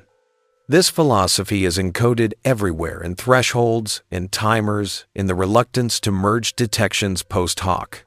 Residual motion therefore accumulates without consequence. It is logged, time-stamped, and forgotten. There are moments when residuals nearly reconnect. Two detections appear close enough in time, and bearing that association logic briefly considers a new initiation. Confidence rises slightly.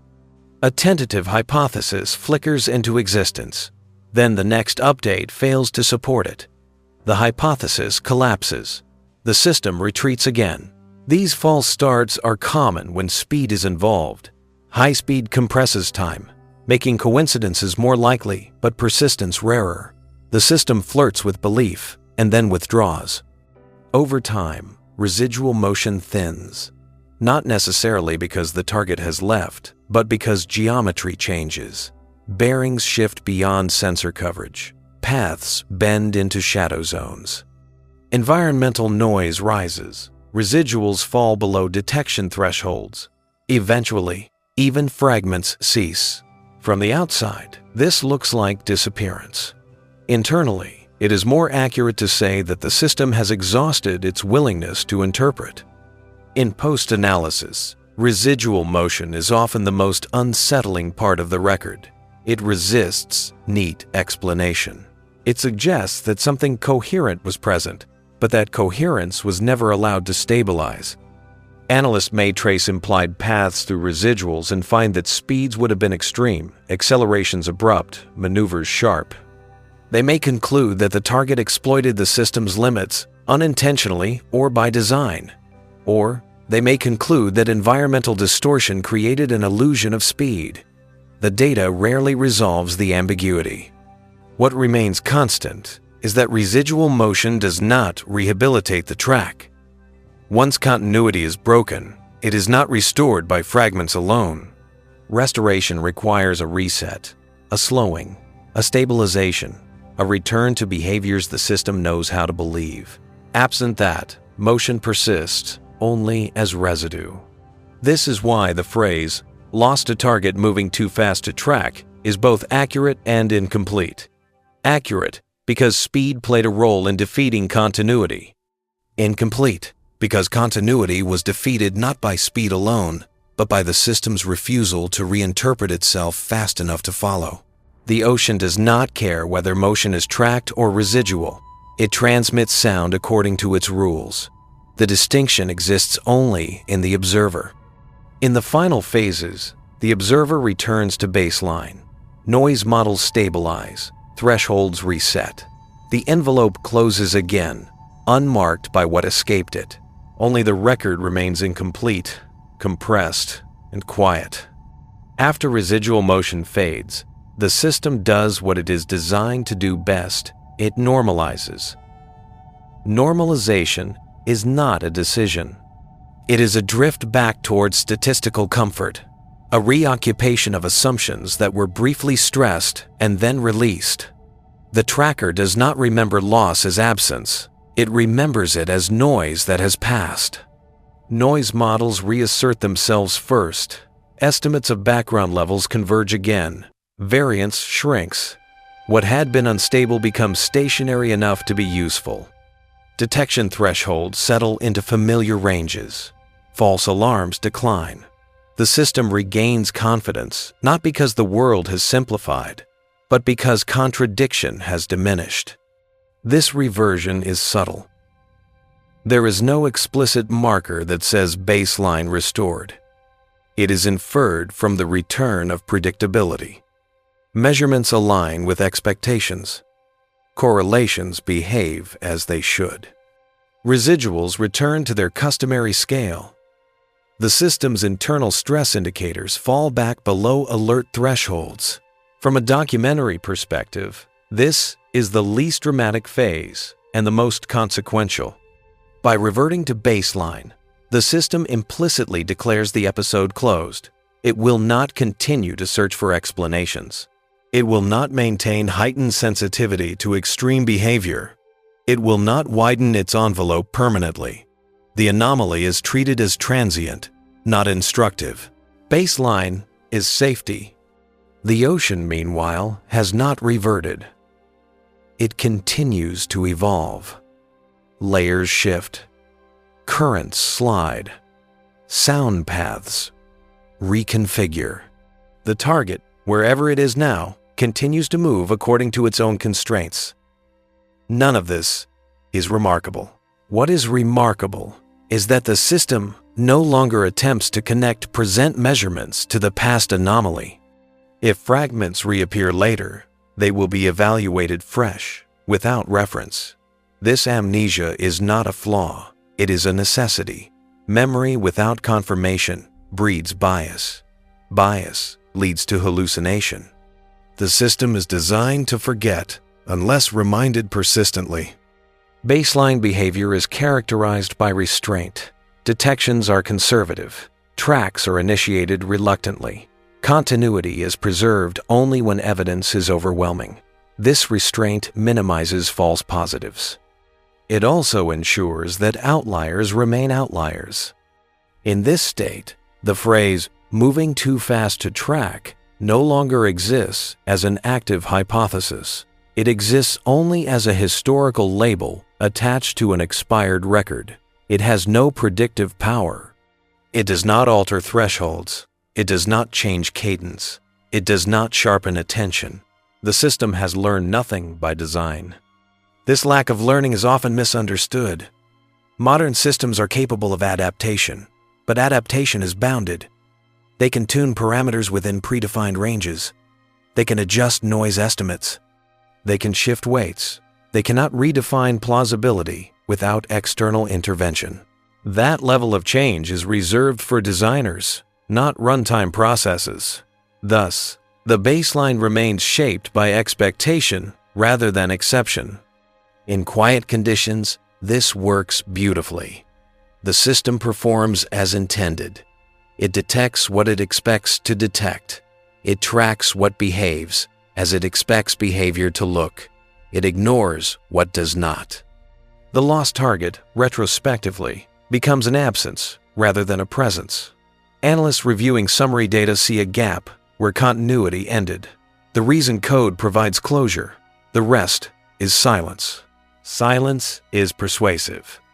It suggests that whatever caused the anomaly has moved on or ceased to exist. It reassures that the environment is once again legible. It restores trust in the system's worldview. Yet embedded within this silence is a distortion. The absence of further contradiction does not mean the original contradiction was resolved. It only means it stopped intersecting with the system's assumptions. This distinction is rarely emphasized. Baseline behavior also influences reporting culture. Events that do not repeat are rarely escalated. Repeatability is a criterion for significance. A single fast-moving loss can be dismissed as environmental coincidence or sensor artifact. Multiple such losses might prompt investigation. Baseline discourages fixation. Time passes. Data storage rolls over.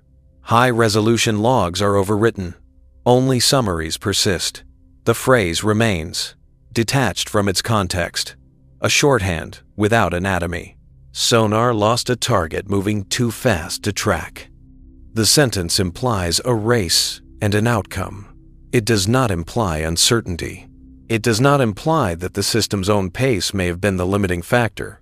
It does not imply that speed was apparent rather than actual. It presents the loss as external rather than relational. Baseline prefers external explanations. In this equilibrium, the system is ready for the next event. It is not better prepared for extreme motion than it was before.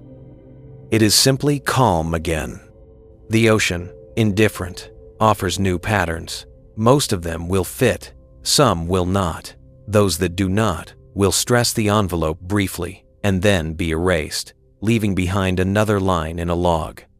In the final part, the narrative closes not with resolution, but with framing. The story ends where documentation always ends, with what can be said, not with what can be known. The record does not end where understanding ends. It ends where procedure requires it to stop. Beyond that point, nothing is forbidden, only unexpressed. Documentation is designed to stabilize meaning. It reduces motion to values, values to categories, categories to phrases. In doing so, it creates an illusion of closure that the underlying data does not support. The phrase that survives is not the most accurate one, but the one that best fits institutional grammar. Sonar lost a target moving too fast to track is such a phrase. It satisfies several needs simultaneously. It attributes agency outward. It preserves confidence in hardware. It implies that detection occurred and tracking was attempted. It avoids claiming impossibility. It avoids admitting ambiguity. It compresses time, space, physics, and uncertainty into a single causal arc. In the documentation, speed becomes the explanation because speed is measurable, even when it is inferred poorly. Speed can be estimated, bounded, argued over. It can be compared to expectations. It can be said to exceed something. Ambiguity cannot. What is omitted is the relational nature of the loss. The target did not outrun the ocean. It did not outrun sound. It outran a loop, observe, predict, associate, update, that was never designed to revise itself faster than it observes. The loss occurred at the intersection of motion and cadence, not at the limit of physics. This distinction is subtle and therefore expendable. The system's final state regarding the event is neutral. There is no unresolved flag, no alert waiting to be acknowledged. The track is gone. The environment has returned to statistical normality. The data pipeline flows uninterrupted. The event has been absorbed. What remains is metadata, time of loss, last known bearing, confidence at termination, reason code. The reason code does not contain doubt. It contains classification. Classification is not explanation. It is containment. It keeps uncertainty from propagating beyond acceptable boundaries. In technical review, someone may notice that the implied kinematics approach extreme values. They may note that environmental conditions were unstable. They may suspect multipath distortion or geometry-induced artifacts. These suspicions rarely survive into final summaries, unless repetition demands it. Single events are weak evidence. Thus, the story closes operationally even as it remains open analytically. The ocean offers no confirmation. There is no moment where a slowed signal reappears to vindicate or contradict the loss. There is no acknowledgement that the target existed in a way the system could not represent. There is only absence, interpreted as resolution. This is the quiet ending that most sensing narratives receive. The target continues elsewhere, beyond the envelope, beyond the cadence, beyond the interpretive authority of the system that briefly intersected with it. Whether it slows or accelerates, whether it persists or dissipates, is irrelevant to the record that remains behind. What matters is that, for a limited interval, the system encountered motion it could not reconcile with its own structure. That encounter was brief. The structure endured. In this sense, the loss is not a failure of sensing, but a demonstration of boundary. It reveals where representation ends and where reality continues unaccompanied. The phrase that survives marks that boundary. Sonar lost a target, moving too fast to track. It does not say how fast. It does not say how far. It does not say whether the speed was real or apparent. It does not say whether tracking failed or restraint prevailed. It only says that continuity was attempted and then withdrawn. The ocean remains full of motion that exceeds description. Most of it passes unnoticed. Some of it leaves a trace. Rarely that trace strains language itself. Motion does not require observation to persist. It does not slow when unmeasured. It does not simplify when unclassified. The absence of tracking does not alter trajectories, velocities, or constraints. It only alters the record. Once the system has reverted to baseline, the space it surveys becomes statistically familiar again. Noise behaves as noise. Structure behaves as structure. The system regains confidence not because uncertainty has been resolved, but because uncertainty has been pushed beyond its horizon of concern. This horizon is operational, not physical. Beyond it, motion may continue at any rate. Beyond it, accelerations may remain extreme or collapse into smoothness. Beyond it, the target may even slow enough to be easily trackable, but only after it has passed out of range, geometry, or relevance. The system never learns which possibility occurred. It is not designed to. Persistence without witness is the default state of the ocean. The documentary illusion is that events exist only when recorded. In reality, recording is a local privilege. It depends on alignment of sensors, assumptions, timing, and interpretive tolerance. When alignment fails, events do not stop. They simply lose their status as events. The lost target exists now only as a discontinuity in logs, a before and an after with no sanctioned bridge. The system does not attempt to fill that gap. Filling gaps is dangerous. It leads to narratives unsupported by admissible evidence. The system avoids narrative when it cannot control it. This avoidance shapes the meaning of loss. A target lost due to speed is framed as exceptional motion. It is not framed as exceptional perception. This framing preserves the hierarchy. Reality challenges the system. The system does not misinterpret reality. The distinction matters because systems are trusted to be conservative interpreters of the world, not adventurous ones. Yet conservatism has a cost. It creates blind regimes where motion can exist unacknowledged. These regimes are not empty, they are simply undocumented. In such regimes, apparent impossibility becomes ordinary. Speeds that would be flagged as implausible within the envelope become irrelevant outside it. Motion no longer needs to justify itself to a tracker. It only needs to obey physics, not configuration. The ocean accommodates this easily. Its capacity for motion exceeds any discrete sensing schedule. Continuous processes unfold without regard for cadence. Internal waves propagate, currents shear, objects transit complex paths. Sound carries fragments of these processes, but fragments are not obligations. The system, having disengaged, does not follow fragments beyond a point. It lets them pass. This disengagement is often mistaken for closure. In reports, silence after loss is interpreted as confirmation that the anomaly ended. But silence is not confirmation. It is simply the absence of contradiction. The distinction is subtle and therefore rarely emphasized. Persistence without witness also affects future interpretation. When later data is analyzed, the absence of continuity makes it difficult to argue that new detections relate to old losses. Each episode stands alone. Patterns across episodes are harder to establish. Speed-related losses remain isolated anecdotes rather than trends. This isolation protects the system from overreaction. It also protects it from learning. The system's confidence is restored not because it has mastered fast motion, but because it has reaffirmed the limits of what it will attempt to master. Outside those limits, it relinquishes authority. Authority, in this context, is the right to say this is the same thing over time. Without that right, there is no track. The ocean does not contest this relinquishment. It does not need validation. Motion is not diminished by lack of recognition.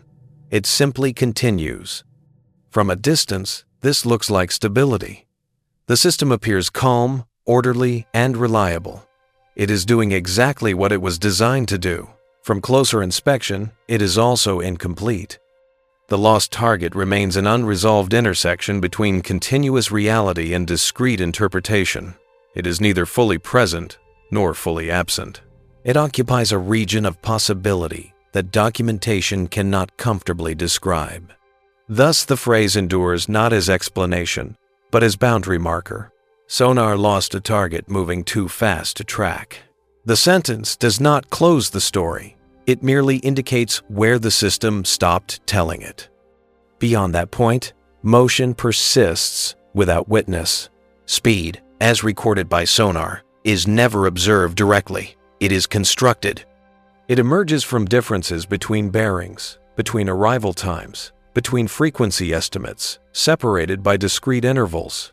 When those intervals are wide relative to motion, speed inflates. When intervals are narrow, speed calms. Velocity, in this sense, is an artifact of sampling as much as it is a property of motion. This is rarely stated explicitly in documentation, yet it governs interpretation. When a target is said to be moving too fast, the claim rests on inferred kinematics. The system did not measure continuous velocity. It measured change, then divided by time. If time is coarse and change is abrupt, the quotient grows large. The number, looks extreme. Extremity is then attributed to the target rather than to the measurement regime. The distinction matters, but it is inconvenient. High apparent velocity often coincides with moments of instability in geometry, in environment, in signal structure. These instabilities are multiplicative. A small bearing bias, combined with a delayed update, can produce an implied lateral speed that exceeds any expected limit. The tracker sees the number and reacts, not to motion itself, but to violation of expectation. Expectation is encoded numerically. Limits exist not because physics demands them, but because probability does. Most objects do not maneuver violently. Most motion is smooth. Trackers are tuned to that statistical truth. When confronted with a rare case, the tracker behaves as if confronted with error. Velocity as artifact is especially pronounced when range is uncertain. In passive sonar, range is often inferred, weakly or not at all. Bearing-only tracking relies on geometry over time to estimate motion. Small errors in bearing, when projected over assumed range, translate into large position changes. The implied speed can be enormous. The system does not know that the error is angular rather than translational. It only sees inconsistency. Even in active sonar where range is measured, multipath can distort apparent delay. A reflection arriving via a longer path may be mistaken for increased range. A switch in dominant path can create a sudden jump in estimated distance. Divided by the update interval, this jump becomes speed. The tracker reacts to speed, not to path switching. Thus, speed becomes a proxy for confusion. This proxy is useful because it allows the system to respond decisively. Confusion is dangerous. It invites overinterpretation. Speed, by contrast, is actionable. It crosses thresholds. It triggers rules. It leads to termination. The documentary record preserves the proxy and discards the confusion. Velocity as artifact also explains why some losses appear dramatic in logs, but leave little residue afterward. The apparent speed spikes briefly and then vanishes. If the target truly moved at that speed, one might expect continued evidence, strong Doppler, persistent bearing change, sustained noise. Instead, evidence fragments and fades. The spike was not motion sustained over time. It was a moment of misalignment between measurement and model. The system does not annotate this nuance. It cannot, in real time. It responds to what is presented. This response feeds back into narrative. Analysts see extreme implied speeds and assume extreme behavior. Extreme behavior becomes the story. The possibility that the system briefly mismeasured is acknowledged privately, if at all. This is not dishonesty. It is efficiency. Efficiency requires that explanations be simple enough to support decisions. Too fast to track supports decisions. Possibly an artifact of sampling interacting with geometry and environmental variability does not. Thus, velocity as artifact is institutionalized without being named. There is a quiet irony here. The more advanced the system, the more precisely it measures change, and the more violently artifacts can appear when assumptions break. Precision amplifies inconsistency. A coarse system might miss the anomaly entirely. A refined system detects it sharply and then rejects it. Refinement increases sensitivity to violation. The lost target occupies this space of refinement-induced contradiction. It may not have been extraordinary. It may have simply intersected the system at a moment when multiple small errors aligned. The resulting implied motion exceeded belief. Belief was withdrawn. What remains in the record is speed without context. This speed, unmoored from causality, acquires a kind of authority. It is quoted. It is referenced. It is rarely challenged. Numbers, once written, resist erasure. Yet the system itself does not act on these numbers beyond termination. It does not escalate. It does not adapt. It does not warn future trackers to expect similar behavior. The number exists only to justify cessation. Velocity, in this sense, is both decisive and inert. The target continues beyond the envelope. Whether it truly slowed, maintained pace, or altered course is unknown. The system's last act was to assign a value and then disengage. The value persists longer than the motion that produced it. In the next phase, the narrative turns inward again, toward the silent assumptions that govern what counts as believable motion at all, and how disbelief is encoded as objectivity. Every tracking system contains a belief engine, even if it is never described that way. The engine does not believe in truth, it believes in continuity. It evaluates whether the present can be connected to the immediate past without violating constraints.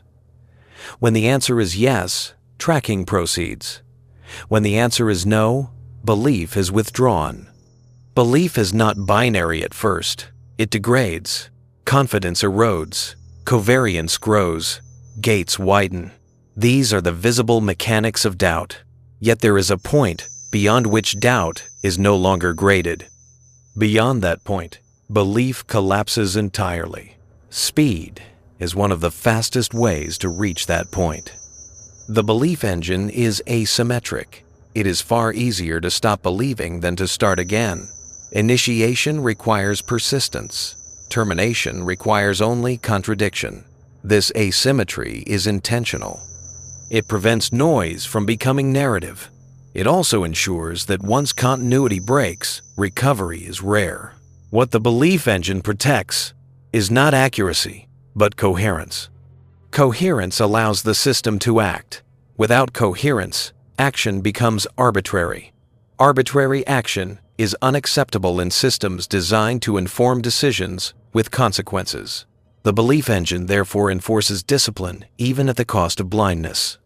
Discipline is encoded as skepticism. When implied motion accelerates beyond expectation, skepticism activates reflexively. Measurements are downweighted. Prediction dominates. If prediction fails repeatedly, the engine concludes that coherence is no longer possible. The track is terminated. At no point does the engine ask whether its expectations are wrong. It only asks whether incoming data fits them. This is not stubbornness. It is containment. A system that revises its expectations every time data surprises it becomes unstable. Belief, therefore, is conditional on compliance. This compliance is statistical. Motion must not merely be possible, it must be probable within the model. Rare events are treated as errors unless they repeat. Repetition is the currency of belief. A fast-moving target that traverses the sensor's field quickly does not repeat itself. Its evidence is fleeting. Fleeting evidence is discounted. The belief engine is blind to uniqueness. This blindness has consequences. Motion that occurs once, under specific alignment of geometry and environment, may never be acknowledged as such. It leaves no imprint on belief. It becomes a curiosity rather than a lesson. The phrase "moving too fast to track" is an artifact of belief withdrawal. It marks the moment when coherence was judged unsalvageable. It does not mark the moment when motion exceeded physics. It marks the moment when motion exceeded tolerance. Tolerance is defined by design choices, not by the ocean. The belief engine also interacts with time pressure. In real-time operation, hesitation is costly. Decisions must be made on schedule. There is no allowance for extended contemplation. If coherence is not established within a fixed number of cycles, the opportunity passes. Speed compresses opportunity. A slow target affords the belief engine time to adjust. It offers repeated evidence. It allows skepticism to soften gradually. A fast target offers only a brief encounter. Skepticism has no time to decay. Belief never stabilizes. Thus, belief favors the slow, not because slow is easier to detect, but because slow is easier to trust. Trust, in this context, is not emotional. It is mathematical. It is the accumulation of small confirmations over time. Speed interrupts accumulation. The belief engine is also hierarchical. Low-level detection believes only in energy.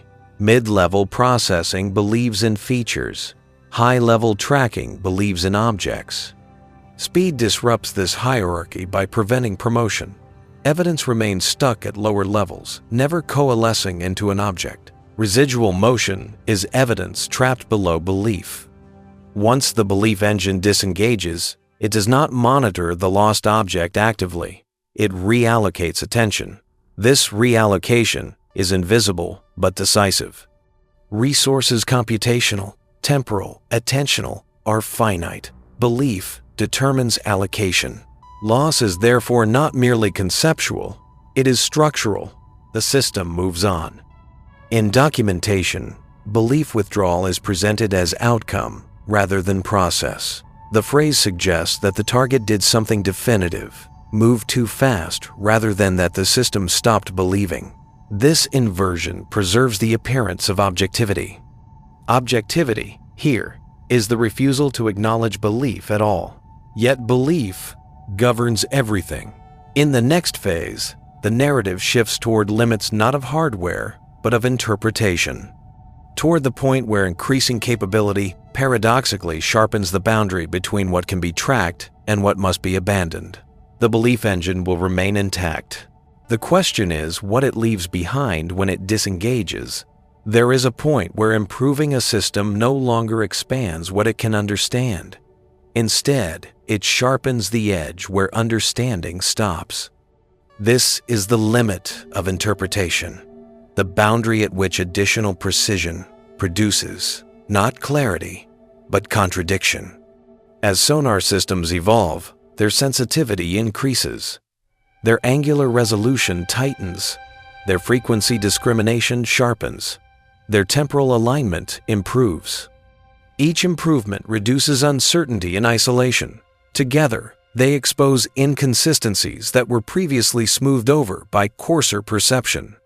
Older systems missed fast motion by failing to detect it at all. Newer systems detect fragments of it with great accuracy and then reject those fragments because they do not fit. This is not progress in the naive sense. It is refinement of refusal. The limit of interpretation is reached when the system can measure change more accurately than it can explain change. At that point, measurement outruns modeling. The tracker knows that something has changed, but not how to integrate that change into continuity without violating its internal rules. Speed accelerates arrival at this limit. A fast-moving target produces rapid transitions across the very dimensions the system measures most precisely. Bearing, frequency, delay, precision magnifies these transitions. Where a coarse system would have seen a blur, a refined system sees a sequence of sharp discontinuities. Discontinuities are intolerable. The system's models are built on continuity. Even maneuver models assume smooth arcs, bounded curvature, limited acceleration. They do not assume teleportation, inversion, or oscillation beyond physical inertia. When precision reveals behavior that appears to violate these assumptions, the system concludes not that the model is incomplete, but that the data is untrustworthy. Trust collapses faster when measurements are precise. This paradox is rarely acknowledged explicitly. Precision is celebrated. Failure is attributed to external challenge, yet the two are linked. The more precisely a system measures, the narrower the band of behavior it can accept without reconfiguration. Reconfiguration is slow. Interpretation lags behind measurement, because interpretation is constrained by safety. Models are conservative by necessity. They are tested against expected behavior. They are validated statistically. They are deployed cautiously. Measurement, by contrast, improves opportunistically. Sensors advance faster than doctrine.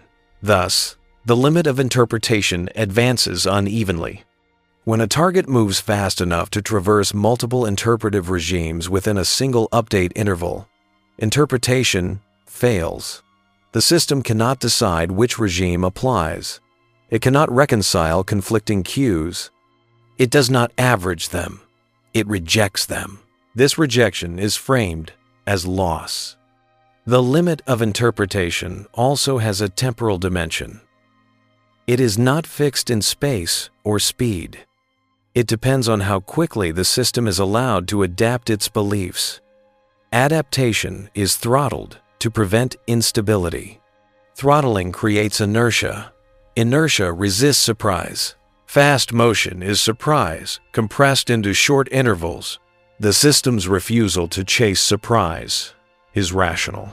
A system that constantly reinterprets itself risks cascading errors. Stability requires that interpretation change more slowly than measurement. This requirement defines the limit.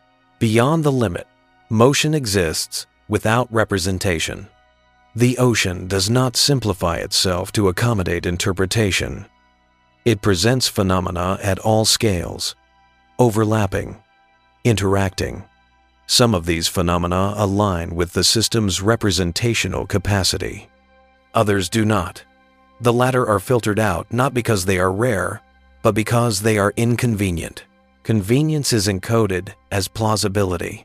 The lost target is not necessarily exceptional in the physical sense. It is exceptional in the representational sense. It occupied a region of behavior that fell between modeled cases, too structured to be noise, too unstable to be an object. Such regions are epistemic blind spots. They are not empty. They are simply unmapped. In these blind spots, motion can appear exaggerated, discontinuous, even impossible. The system reacts by retreating to what it can map reliably. It reduces its world until it becomes coherent again. This reduction is survival. The phrase, "moving too fast to track," marks the moment of reduction. It says, beyond this point, the map ends. The territory may continue, but it is no longer described. In technical culture, maps are trusted. Territories are abstract. When conflict arises, the map is defended. This defense preserves operational integrity. It also ensures that certain kinds of motion will always escape capture. The limit of interpretation is therefore not a flaw to be eliminated, but a boundary to be managed. It shifts slowly as models evolve. It never disappears. Speed will always find it.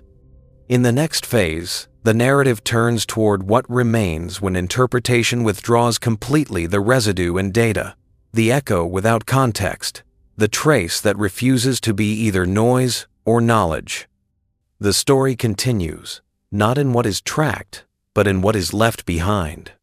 When interpretation withdraws, sound does not. The medium continues to carry energy, and sensors continue to receive it.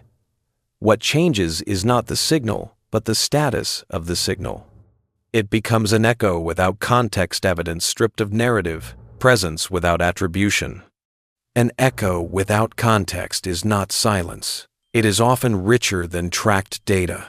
It contains sharp transitions, abrupt slopes, irregular amplitudes. It may even be unmistakably artificial in origin.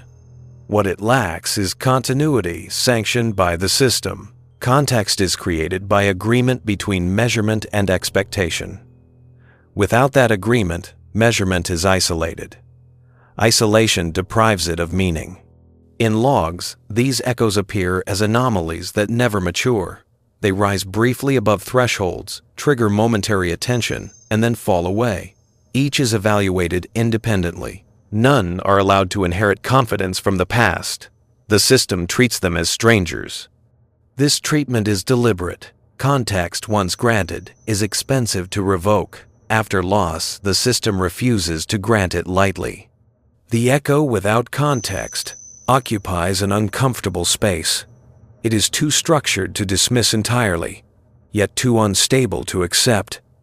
It flickers at the boundary of attention, never crossing decisively into belief. It does not repeat in a way that satisfies initiation criteria, but it does not vanish cleanly either. Such echoes often cluster around the region where the track was lost.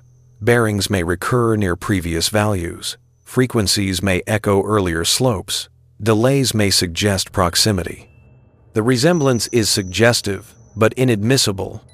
Suggestion is not evidence. The system has no mechanism for partial belief. Either continuity is established, or it is not. Echoes without context remain below the threshold of action. Speed plays a role here as well.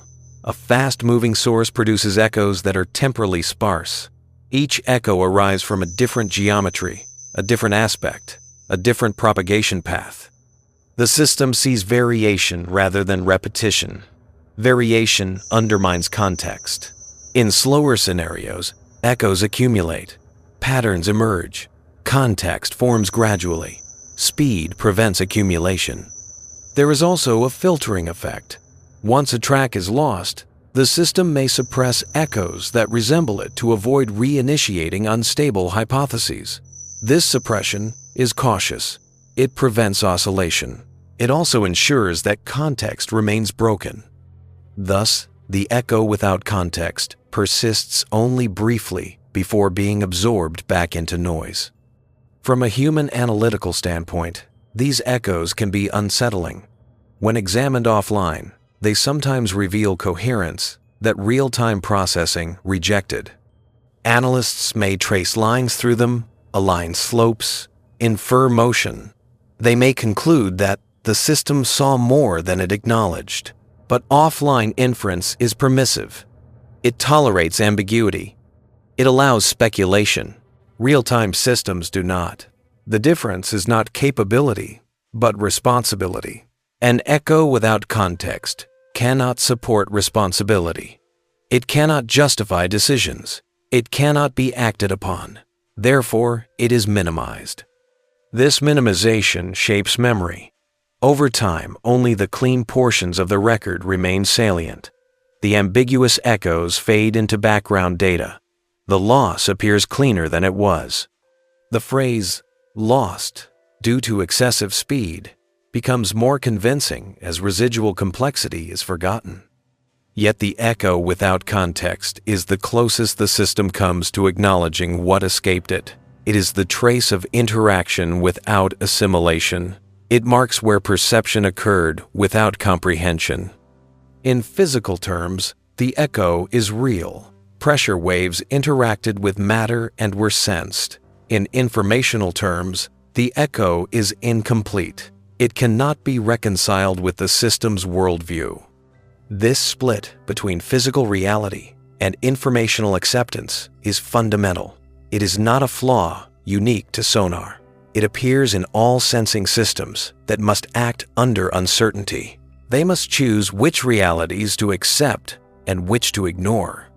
The echo without context belongs to the ignored class.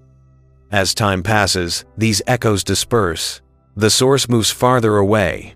Geometry becomes less favorable. Environmental noise rises. Eventually, echoes fall below detection thresholds entirely. The absence that follows is not proof that the source is gone. It is proof that interaction has ended. Interaction requires alignment. Alignment failed. The system does not mark this as a failure. It marks it as completion. The loss has been processed. The environment is once again legible. The belief engine is satisfied.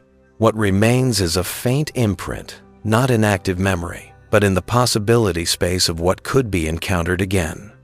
In the next phase, the narrative turns toward repetition not of the same event, but of the same pattern. How systems encounter similar losses again and again, each time treating them as isolated, each time reinforcing the same boundary. The echo without context will not be unique. When a system encounters the same kind of failure more than once, it does not necessarily recognize repetition. Recognition requires memory, and memory requires sanctioned continuity. Losses categorized as anomalies are not stitched together. They remain separate. Each framed is a local exception rather than a recurring condition. This is how patterns persist, without becoming patterns. A second target is lost months later under different conditions. The environment is different. The bearing is different. The noise field is changed. The summary line is familiar, too fast to track. The resemblance is superficial enough to be ignored. The system does not correlate causes across time unless instructed to do so. Correlation is expensive. It risks overfitting. It risks false narratives. Systems designed for reliability avoid it unless repetition is overwhelming. Thus, similar events accumulate invisibly. Each loss reinforces the envelope rather than challenging it. The envelope does not expand in response to contradiction. It hardens. Boundaries that are crossed are reinforced as boundaries not to cross again. The system learns, but it learns restraint rather than curiosity. This learning is implicit. Parameters remain unchanged. Thresholds stay where they are, but confidence in those thresholds grows. The system behaves as if it has been vindicated. Extreme motion leads to loss. Therefore, extreme motion is correctly excluded. This is circular, but effective. Pattern without memory is a feature, not a defect. It prevents systems from chasing ghosts across history. It keeps attention focused on the present. It limits the scope of inference. Yet it also ensures that certain phenomena will never accumulate enough weight to force reconsideration. Each occurrence is diluted by isolation. Speed-related losses are particularly susceptible to this dilution. Speed is situational. It depends on geometry, cadence, and environment. Two events rarely look identical at the level of raw data. Similarity exists only at the level of interpretation, and interpretation has already simplified. The system does not see a pattern of fast motion. It sees a series of isolated terminations. Human review can bridge this gap, but only if prompted. Prompting requires suspicion. Suspicion requires that someone believe there is more than coincidence. Without dramatic consequences, suspicion rarely arises. Thus, the record fills slowly, with unconnected lines. Sonar lost a target moving too fast to track. Sonar lost a target moving too fast to track. Sonar lost a target moving too fast to track. Each line stands alone. The absence of memory also affects simulation and testing. Models are validated against expected behavior. Rare anomalies are excluded as outliers. If anomalies do not cluster visibly, they do not influence design. The envelope remains calibrated to the median, not the extreme. Speed continues to probe the boundary, but the boundary does not move. There is a deeper implication here. Systems that do not accumulate memory of their failures cannot learn about the structure of those failures. They cannot distinguish between different kinds of too fast, angular speed, radial speed, apparent speed induced by multipath, all collapse into one category. Nuance is lost. Nuance is dangerous in real time. It is invaluable in retrospect. The system privileges real-time safety over retrospective insight. This trade-off is rarely questioned. Pattern without memory also means that operators, if present, experience each loss as a singular frustration rather than part of a trend. Frustration dissipates. Trends provoke change. The system avoids provoking change. Change introduces risk. The ocean, meanwhile, is indifferent to memory. It produces conditions repeatedly. Internal waves recur. Geometry aligns again.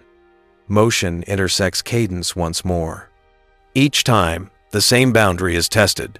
From the ocean's perspective, nothing accumulates. From the system's perspective, nothing accumulates either, but for different reasons. Between them lies a space of unacknowledged regularity. This regularity is not guaranteed. It is not scheduled. It emerges when conditions align. It may never align again in the same way, or it may align often, unnoticed. The system does not ask.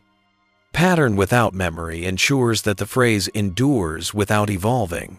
It remains a catch-all, a placeholder for what exceeds belief. It is not refined because refinement would require connecting events across time. Connecting events risks implying that the envelope is insufficient.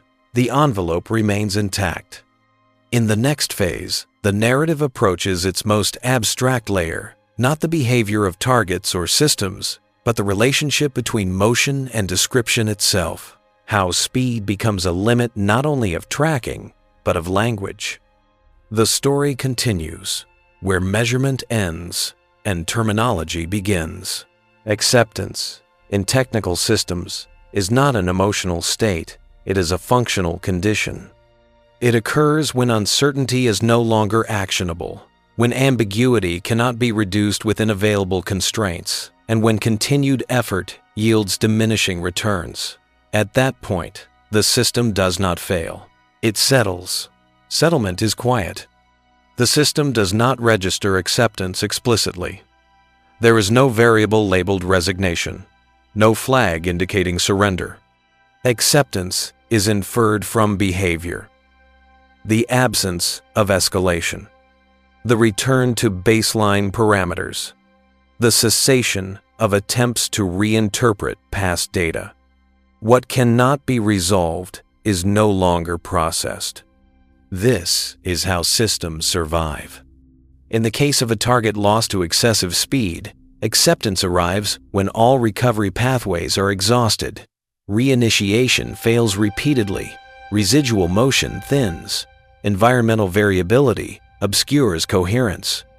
The belief engine disengages fully. At that moment, further interpretation is not just unproductive, it is destabilizing. Acceptance stabilizes the system by narrowing its world. The narrowing is not arbitrary. It is guided by thresholds that encode risk tolerance. These thresholds exist because tracking is not an end in itself. It serves larger purposes: situational awareness, decision support, safety. A track that cannot be trusted is more dangerous than no track at all. Thus, acceptance protects downstream processes. What is accepted is not ignorance, but limitation. The system acknowledges, implicitly, that certain forms of motion lie beyond its capacity to represent reliably under current conditions. This acknowledgement is not phrased as humility. It is phrased as classification. The classification persists. It becomes part of the system's vocabulary. Future encounters are filtered through it. Acceptance, once achieved, reshapes expectation. Yet, this reshaping is asymmetric. The system does not become more open to fast motion. It becomes more confident in excluding it. Acceptance hardens the boundary rather than expanding it. This is counterintuitive but consistent. Systems evolve by minimizing surprise, not by embracing it. The ocean continues to generate surprise. Acceptance also affects how data is preserved. Once an event is classified and closed, its high-resolution traces are often deprioritized. Storage systems favor recent and relevant information. Relevance is defined operationally. Closed events are less relevant. Their details fade first. What remains are summaries. Summaries are stable. They resist reinterpretation. They travel easily between systems, reports, and institutions. They form the long-term memory. In long-term memory, the lost target exists only as a category instance. It no longer has motion. It no longer has context. It has a label. This is the final transformation of the event. From continuous motion in a physical medium to discrete measurement in sensors. From measurement to interpretation. From interpretation to classification. From classification to summary. From summary to archival phrase. At each stage, information is lost. At each stage, stability is gained. Acceptance completes this progression. It is tempting to see acceptance as defeat. It is not. It is optimization under constraint. A system that never accepts its limits will oscillate endlessly, chasing coherence it cannot sustain. Such oscillation erodes trust and utility. Acceptance preserves function at the cost of curiosity. Curiosity is expensive. The phrase, "moving too fast to track," signals acceptance succinctly. It tells future readers that the event reached a boundary and that the boundary held. It does not invite re-examination. It does not suggest unfinished business. In this way, acceptance is communicated indirectly through language that normalizes loss. The normalization is important. It prevents exceptional events from destabilizing the narrative of reliability. Reliability depends not on perfect perception, but on predictable handling of imperfection. The system is reliable because it knows when to stop. The ocean does not care whether it is accepted or rejected.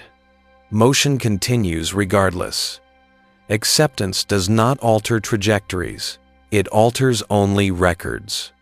From a distance, this looks like closure. The event is over. The system is ready for the next input. From closer inspection, acceptance is a form of silence imposed on complexity. This silence is not total. Traces remain, logs persist. Analysts could, in principle, reopen the case. But reopening requires effort, justification, and purpose. Without those, acceptance remains in place. Thus, the story does not end with resolution. It ends with equilibrium. The system stands ready, its envelope intact, its cadence unchanged, its language prepared.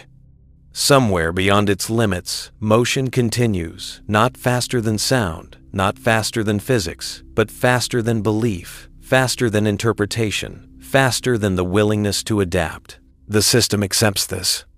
And in accepting it, it returns to listening not for what escaped, but for what will fit next.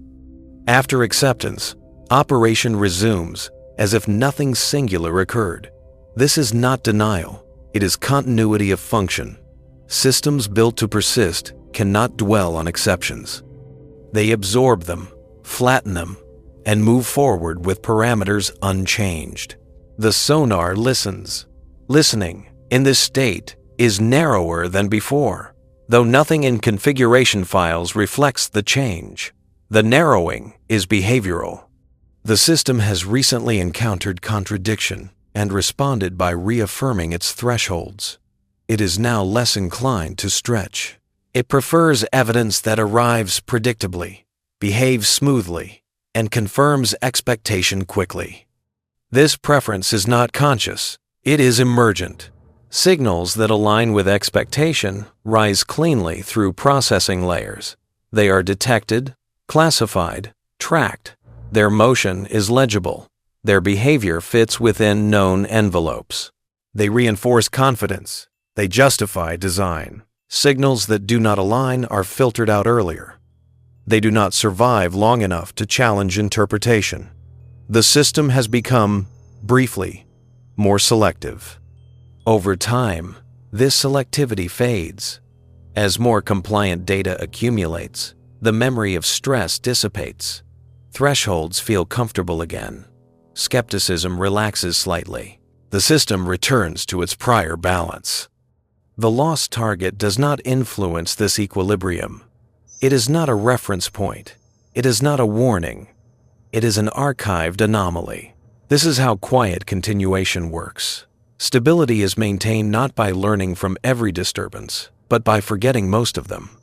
From the outside, performance metrics remain strong. Detection rates are normal. Tracking success is high. The system appears reliable.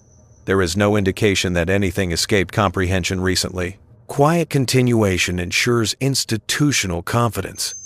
Yet beneath this calm lies an unresolved asymmetry. Motion that conforms to expectation is visible and remembered.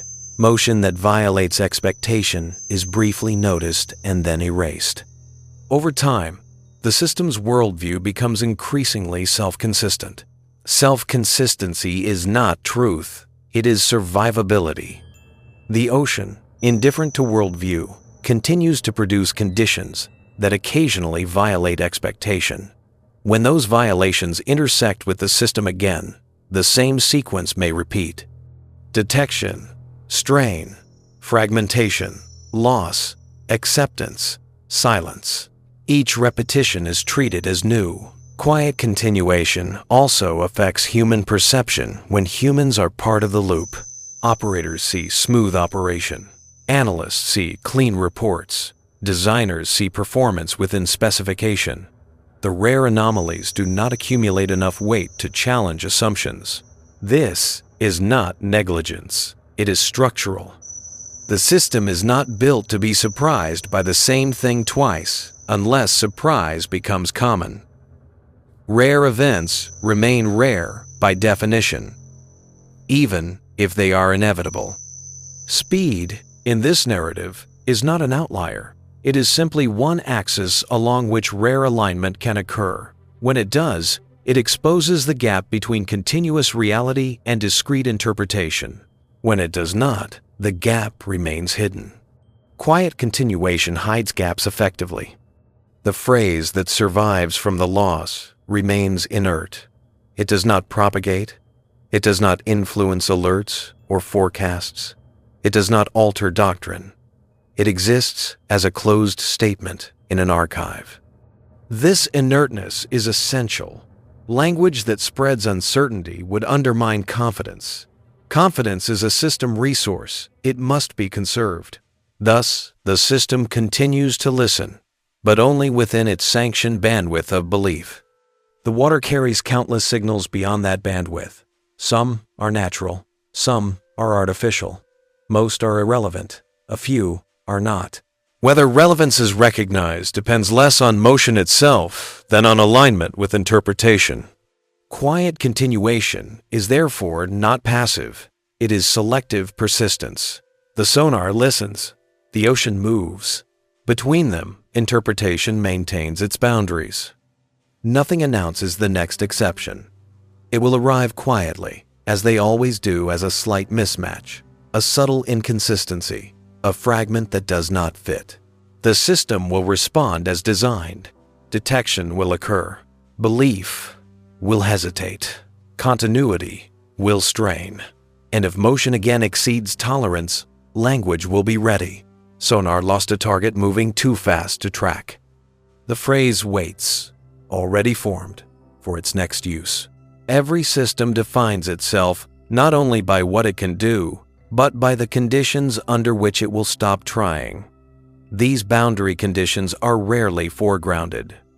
They exist as quiet constraints embedded in algorithms, procedures, and expectations. They do not announce themselves until they are crossed. In sonar tracking, boundary conditions are enforced continuously. They regulate belief, limit speculation, and prevent runaway interpretation. They ensure that the system remains useful even when reality behaves inconveniently. Speed is one such boundary condition, but it is not alone. Speed interacts with others' uncertainty, geometry, noise, cadence, forming compound limits that are more restrictive than any single parameter suggests. A target does not need to exceed absolute speed limits to cross the boundary. It only needs to violate the combined tolerance of the system at a specific moment. That tolerance is situational. It shifts with environment, sensor state, and processing load. The boundary is therefore not a line, but a moving surface. Crossing that surface does not produce an alarm. It produces disengagement. Boundary conditions exist because systems cannot afford unlimited interpretation. Every additional hypothesis consumes resources. Every expanded gate increases ambiguity. Every tolerated anomaly weakens discrimination. At some point, expansion undermines purpose. Thus, boundaries are enforced quietly and automatically. When the target's apparent motion crosses into a region where explanation would require loosening multiple constraints at once, the system chooses not to explain. It chooses to classify and move on. This choice is invisible in real time. It becomes visible only in retrospect, when analysts notice that continuity ceased despite ongoing evidence. The system itself does not frame this as a decision. It frames it as inevitability. Boundary conditions also shape design philosophy. Engineers know that there will always be motion that escapes representation. They accept this. They design for the majority case. Outliers are tolerated only insofar as they do not destabilize the core. This acceptance is pragmatic. A system optimized for extremes would be unusable for normals. It would drown in false tracks, chase artifacts, and lose credibility. The boundary protects the center. Yet the existence of the boundary creates a shadow region, a space where motion can occur without being integrated into understanding. This space is not empty, it is simply unsupervised. The lost target occupies this space temporarily. In documentation, boundary crossings are rarely described explicitly. They are implied through phrases that signal cessation of effort. Unable to maintain track, exceeded kinematic limits, moved too fast to track. These phrases mark where interpretation stopped, not where motion ended.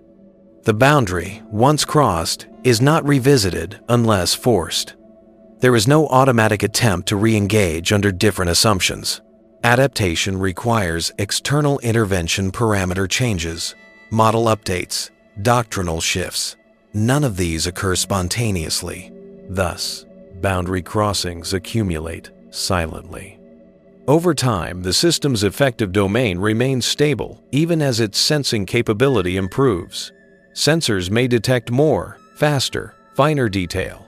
Interpretation remains constrained.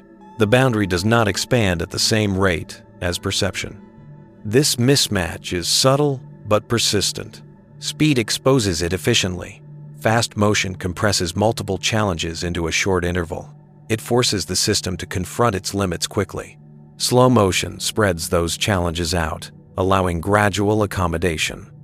The system prefers gradual boundary conditions, therefore privilege certain kinds of reality over others. They favor continuity over disruption, smoothness over abruptness, predictability over surprise. This preference is rational, but it is also selective. Selective perception is not error, it is design. The ocean does not adapt to this design. It continues to produce events across the full spectrum of motion. Most fall comfortably within boundaries. Some do not. Those that do not are filtered out, summarized, and archived. The system remains effective precisely because it does not attempt to be complete. In this sense, loss is not a malfunction. It is an assertion of boundary. The phrase that records the loss is a boundary marker disguised as explanation. It tells future readers where interpretation ceased without revealing why it could not continue. Sonar lost a target, moving too fast to track. Behind this sentence lies an entire structure of constraints, priorities, and trade-offs. The sentence does not expose them. It does not need to. Its function is not to explain reality, but to preserve system coherence. The boundary holds. Beyond it, motion continues unconcerned with interpretation, unaffected by classification, persistent regardless of whether it is believed. The system listens within its boundaries. Everything else passes through unheard, or heard but unkept. The story continues there, outside the record. Between what is recorded and what is classified lies an interval that is never fully measured. It is not empty time. It is time without commitment. During this interval, sound continues to propagate, motion continues to unfold, and sensors continue to register fluctuations that have not yet been granted meaning. This unmeasured interval is where speed becomes decisive. Every sensing system divides time into segments it can manage. Within each segment, assumptions hold. Between segments, assumptions are projected forward. The unmeasured interval is the space between projection and correction. When motion is slow, this space is forgiving. When motion accelerates, it becomes dangerous. Danger, here, does not mean threat. It means instability. A fast-moving target can traverse multiple interpretive states within a single unmeasured interval. It can shift geometry, alter aspect, cross propagation regimes, and change apparent signature before the system is allowed to update its beliefs. By the time correction arrives, The world no longer resembles the prediction that preceded it. The system experiences this as contradiction. Contradiction accumulates not because the data is wrong, but because the interval is too coarse. The system samples reality sparsely relative to the rate at which relevant changes occur. The changes are real. The sparsity is structural. The unmeasured interval expands invisibly when processing load increases. More detections require more computation. More computation increases latency. Latency lengthens the interval. The system becomes slower to correct itself precisely when complexity rises. Speed exploits this expansion. During the unmeasured interval, the target is free from interpretive constraint. It can move without being reconciled to expectation. When the system attempts to reconcile afterward, the reconciliation fails. The failure is attributed to excessive motion rather than delayed interpretation. This attribution is automatic. The system does not track the length of the unmeasured interval explicitly in its summaries. It does not record how much of the loss occurred between updates rather than within them. Time is flattened. Events are aligned artificially to the nearest cycle. The flattening simplifies analysis but obscures causality. In the logs, loss appears as a sudden event. In reality, it unfolds across several unmeasured intervals, each compounding uncertainty. By the time the loss is registered, it is already complete. The unmeasured interval also hides environmental change. Internal waves, surface modulation, and boundary reflections can alter propagation conditions significantly within a short time. If these changes occurred during the interval, the system has no reference frame to interpret them. They appear as anomalies at the next update. Anomalies without context are discounted. Speed and environment thus collaborate unintentionally.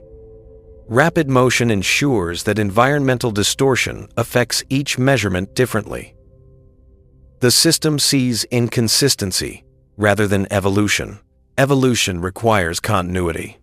The unmeasured interval is where continuity is either preserved or destroyed. When intervals are short relative to change, continuity survives. When intervals are long, continuity fractures. The system does not perceive the interval as long. It perceives only the result.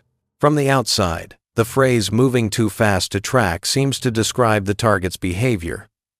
In reality, it often describes the ratio between change and sampling.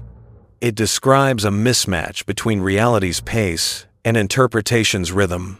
Rhythm is rarely discussed in documentation, yet it governs everything. The unmeasured interval also explains why recovery is so difficult once loss occurs. To recover, the system would need to shorten the interval, revisit assumptions, or accept greater uncertainty. Each option carries cost. Shortening the interval may not be possible. Revisiting assumptions risks instability. Accepting uncertainty risks false belief. The system chooses none. Instead, it waits for motion to slow relative to its rhythm. If that never happens, recovery never occurs. This waiting is not active. It is passive continuation. The unmeasured interval remains unmeasured. It is not investigated. It is not annotated. It is simply where things happen that the system cannot afford to notice. Over time, the interval becomes normalized. The system behaves as if it were negligible, even though it is often decisive. Designers acknowledge it abstractly as latency. Operators experience it indirectly as delay. Analysts encounter it only when reconstruction fails. The lost target inhabits this interval permanently. It passed through faster than interpretation could follow. It existed mostly between updates, between beliefs, between records. In this sense, the target was not lost in space, but in time. The ocean does not mark unmeasured intervals. It does not pause for synchronization. Motion unfolds continuously, indifferent to sampling schemes. The system samples when it can. The rest remains unmeasured. And in that remainder, motion persists without being reconciled, without being slowed, without being named. The story continues there, in intervals that never become data. Assumptions do not remain static when they are not challenged directly. They drift. The drift is slow, incremental, almost imperceptible, but it accumulates. Over time, what began as a cautious estimate becomes a silent rule. What was once provisional becomes structural. In sonar tracking, assumptions drift toward what is frequently confirmed. Motion that is repeatedly tracked reinforces confidence in the envelope that contains it.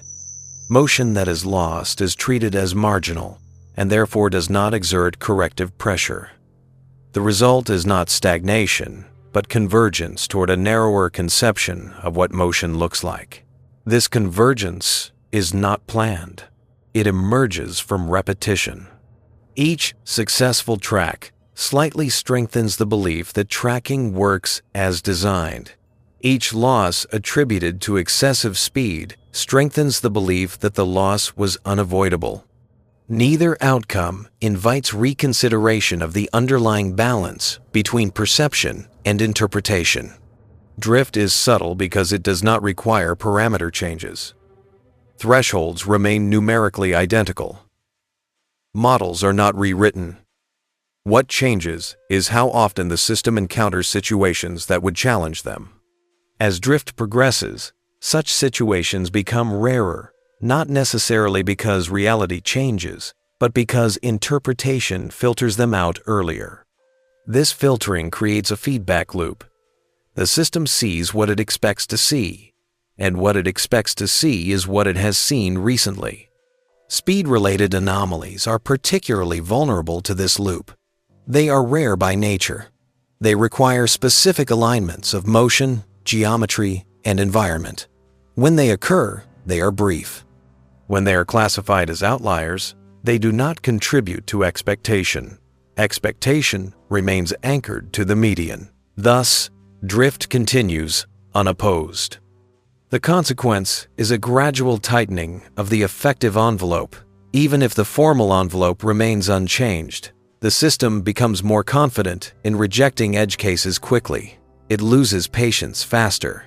It becomes less tolerant of ambiguity. This is efficiency masquerading as stability. From the outside, performance metrics improve, false alarms decrease, track continuity increases for compliant targets. The system appears refined. It appears mature. What is not visible is what has been excluded. Drift also affects how future losses are interpreted.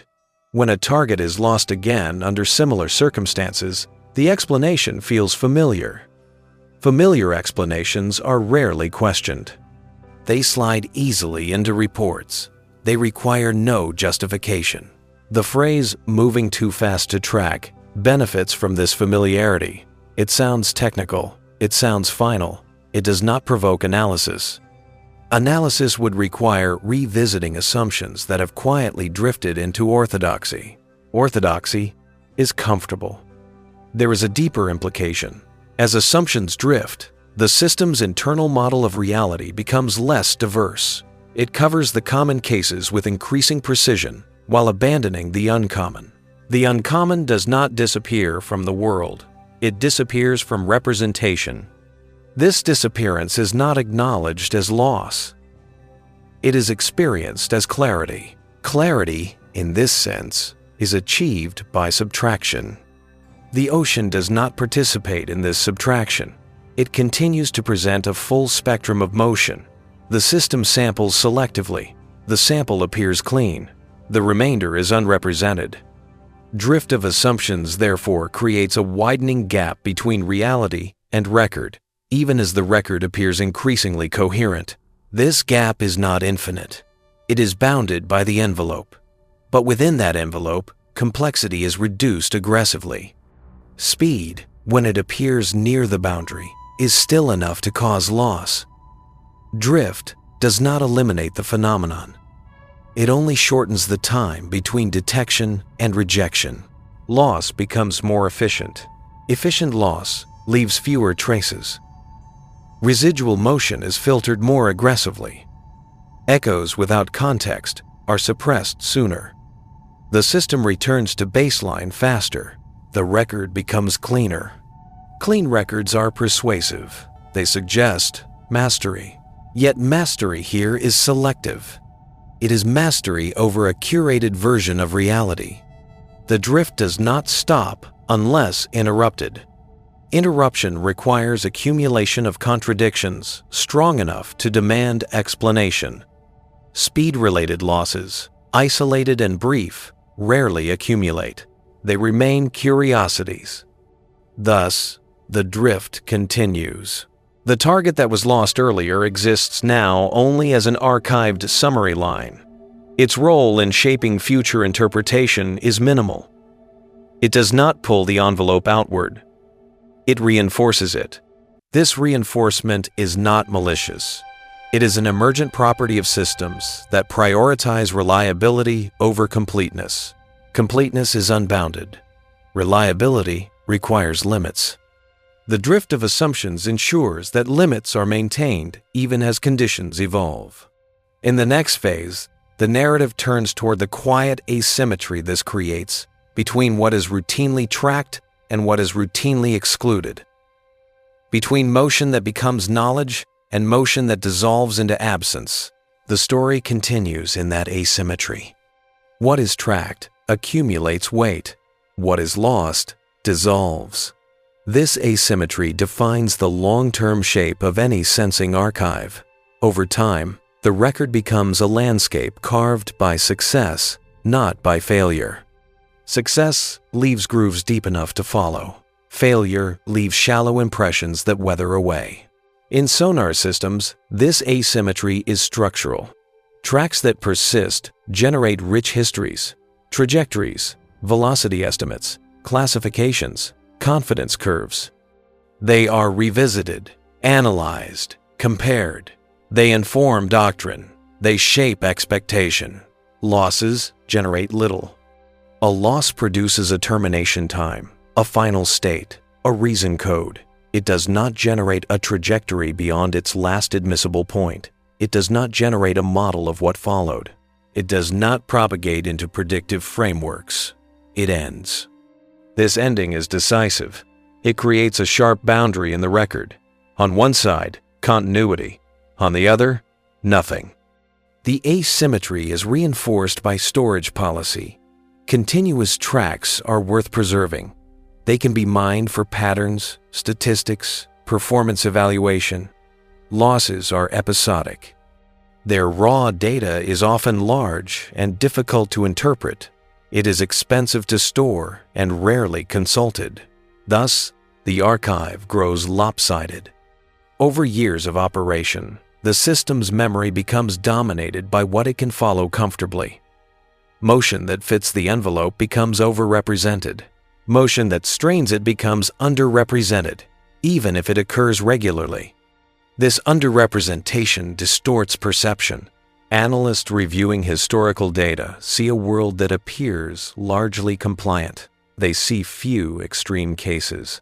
They infer that extreme cases are rare. Rarity justifies conservatism. Conservatism reinforces the envelope. The loop closes. Speed-related losses are particularly vulnerable to erasure because they are brief. They do not generate long sequences. They do not provide material for trend analysis. Each is a spike, followed by silence. Spikes do not accumulate easily. When multiple spikes occur across long intervals, they are rarely connected. Different times, different bearings, different conditions. The asymmetry of record prevents synthesis. What cannot be synthesized cannot challenge prevailing models. The phrase "moving too fast to track" survives precisely because it requires no synthesis. It explains each spike independently. It does not invite aggregation. Aggregation would reveal structure. Structure would imply that the envelope excludes a class of behavior systematically rather than accidentally. That implication would be uncomfortable. Thus, the asymmetry persists. The ocean, however, does not produce records. It produces events. Whether those events are recorded continuously or fragmentarily is irrelevant to their existence. The asymmetry exists only on the side of observation. From a physical standpoint, motion that is tracked and motion that is lost are equally real. From a documentary standpoint, one becomes history, the other becomes footnote. Footnotes are easy to ignore. The asymmetry also affects how future systems are evaluated. Performance metrics emphasize track continuity, detection probability, false alarm rate. Loss events are often excluded from headline figures unless they indicate systemic failure. Speed-related losses, framed as boundary cases, rarely qualify. Thus, systems can improve numerically while remaining blind to the same class of phenomena. This is not deception. It is accounting. Accounting requires categories. Categories require boundaries. Boundaries create asymmetry. The loss target exists now only as a boundary event. It marks where tracking stopped. It does not mark what followed. The record does not care what followed. In this sense, the loss is not incomplete documentation. It is complete documentation of an incomplete interaction. The asymmetry of record ensures that this incompleteness is stable over time. It does not erode confidence. It does not accumulate doubt. It remains localized. Localized doubt is manageable. Distributed doubt is dangerous. Thus, the system is designed to localize doubt aggressively. Speed-related losses are ideal candidates. They are attributed to external excess. Doubt is contained. The system moves on. The asymmetry becomes invisible, yet it shapes everything that follows. It shapes what is expected, what is simulated, what is trained for. It shapes the next encounter with fast motion, which will again be treated as singular. The pattern remains unrecorded because the record is asymmetric by design. In the next phase, the narrative approaches the quietest consequence of all, not loss, not acceptance, but normalization. How repeated boundary events become invisible background, no longer noticed even as anomalies. The story continues there, where absence becomes ordinary. When a boundary is crossed often enough without consequence, its crossings stop attracting attention. They become normalized absences, gaps that no longer register as gaps. The system does not ignore them actively. It simply stops expecting anything else. Normalization is subtle. It does not require policy changes or explicit acknowledgement. It occurs when repetition fails to accumulate meaning. Each loss remains isolated, each explanation sufficient on its own. Over time, the absence of follow-up becomes routine. In sonar operations, normalized absence appears as a quiet confidence that certain outcomes require no action. A target lost to speed does not prompt investigation. It does not demand parameter review.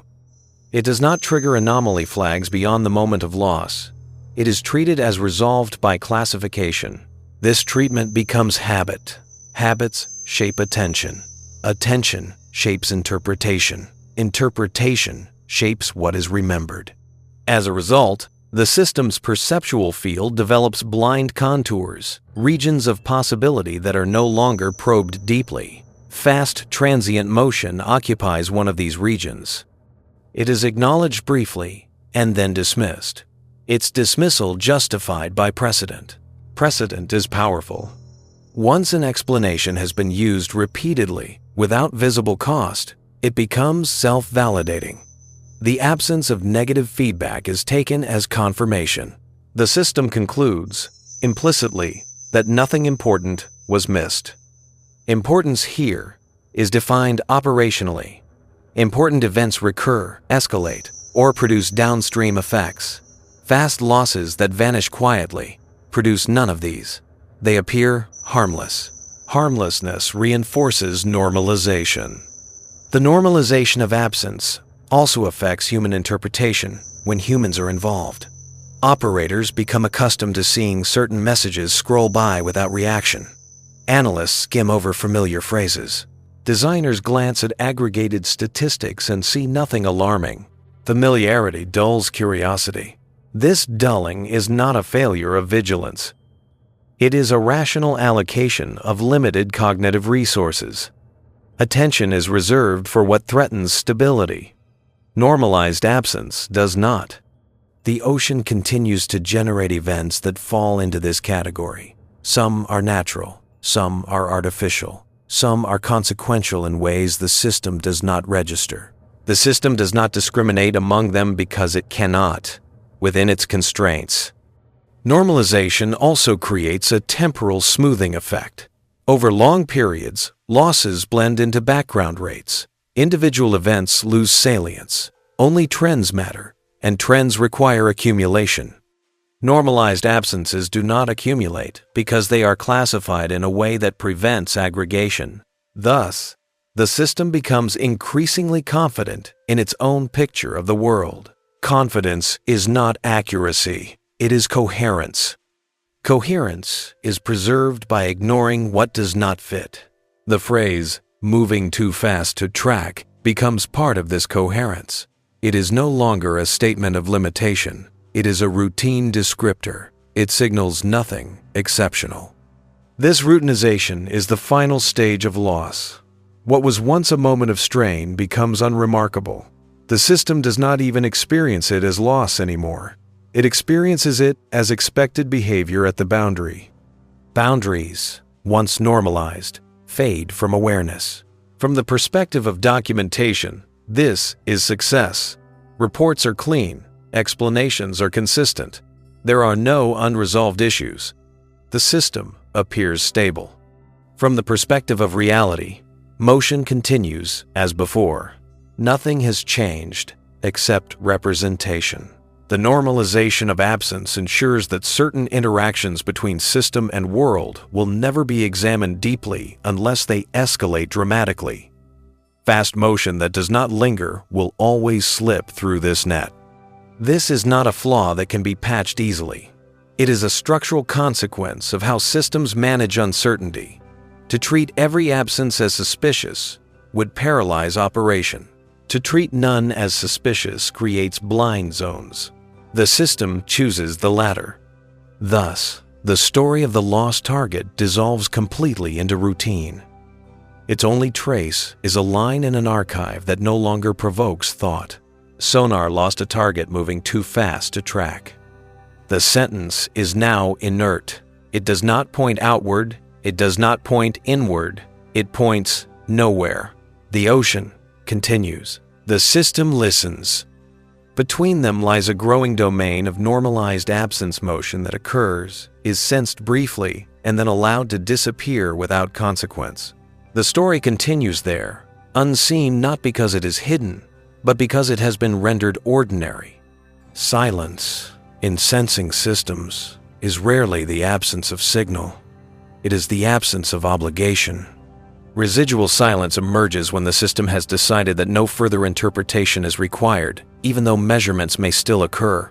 It is not quietness in the medium, but quietness in response. After normalization sets in, the system's interaction with fast transient motion changes character. Where once there was brief tension, elevated thresholds, widened gates, momentary uncertainty, there is now efficiency. The system recognizes familiar patterns of strain and resolves them preemptively by disengaging sooner. This produces residual silence. Residual silence is visible only indirectly. It appears as shorter-lived anomalies, fewer attempts at initiation, quicker terminations. The system does not struggle as long. It does not hesitate as much. It recognizes the boundary early and withdraws. From an operational standpoint, this is improvement. Less time is spent on cases unlikely to resolve. Fewer resources are wasted. The system remains focused on what it can handle well. Performance metrics benefit. From an interpretive standpoint, something else happens. The system reduces the time window during which alternative explanations could surface. Environmental hypotheses are not explored.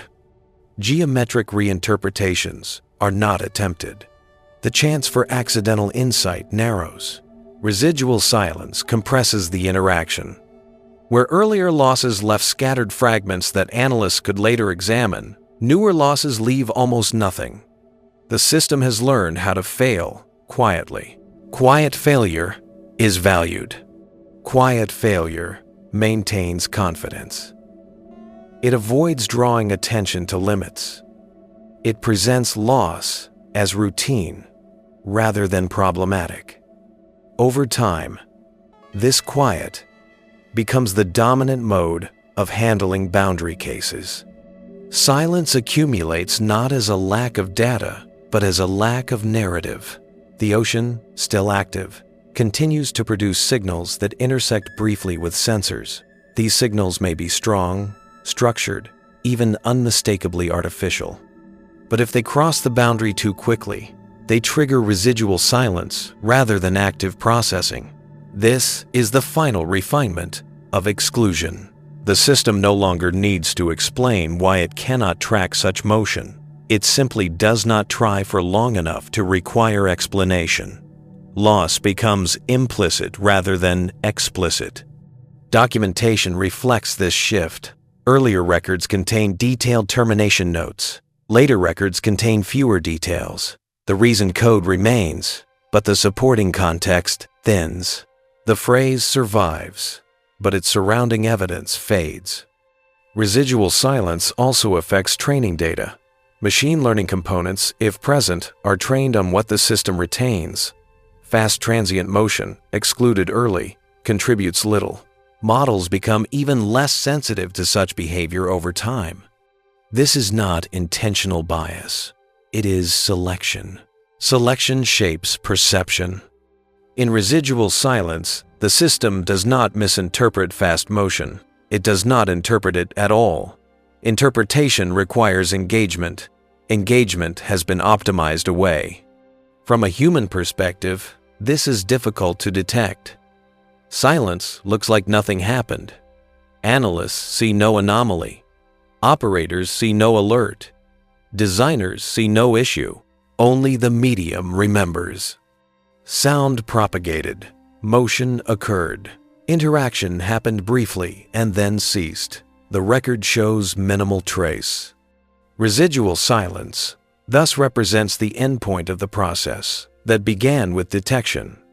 What started as measurement became interpretation, then classification, then normalization, then silence. This progression is logical. Each step reduces uncertainty at the cost of completeness. Each step stabilizes operation. The lost target in this final form is no longer even clearly lost. It is simply not present in the system's active world. Its absence does not stand out. It blends into the background of unrecorded possibility. In this sense, the phrase, "moving too fast to track," becomes almost ceremonial. It marks an earlier stage in the evolution of response. In the present stage, even the phrase may be unnecessary. Silence suffices. Yet silence is not neutral. It shapes what the system believes the world to be. A world with fewer anomalies. A world with smoother motion. A world that fits comfortably within the envelope. This world is not false. It is partial. The ocean remains larger. Residual silence ensures that the system never needs to confront that fact directly. The story continues in the gap between sound and response. A gap that widens not because sound fades, but because attention narrows. The system listens. The ocean moves. Silence persists between them. And in that silence, motion that once strained belief now passes without notice, leaving no record, no phrase, no trace. Only continuity remains of operation, not of understanding. We upload new videos every single day, so make sure to subscribe and turn on the notification bell so you never miss what's next. If you enjoyed this video, don't forget to leave a like. It really helps the channel grow. Tell us in the comments what you'd like to see next. Your ideas might be in our next upload. Thank you so much for watching and for being part of our community. Stay tuned, stay curious, and we'll see you in the next video.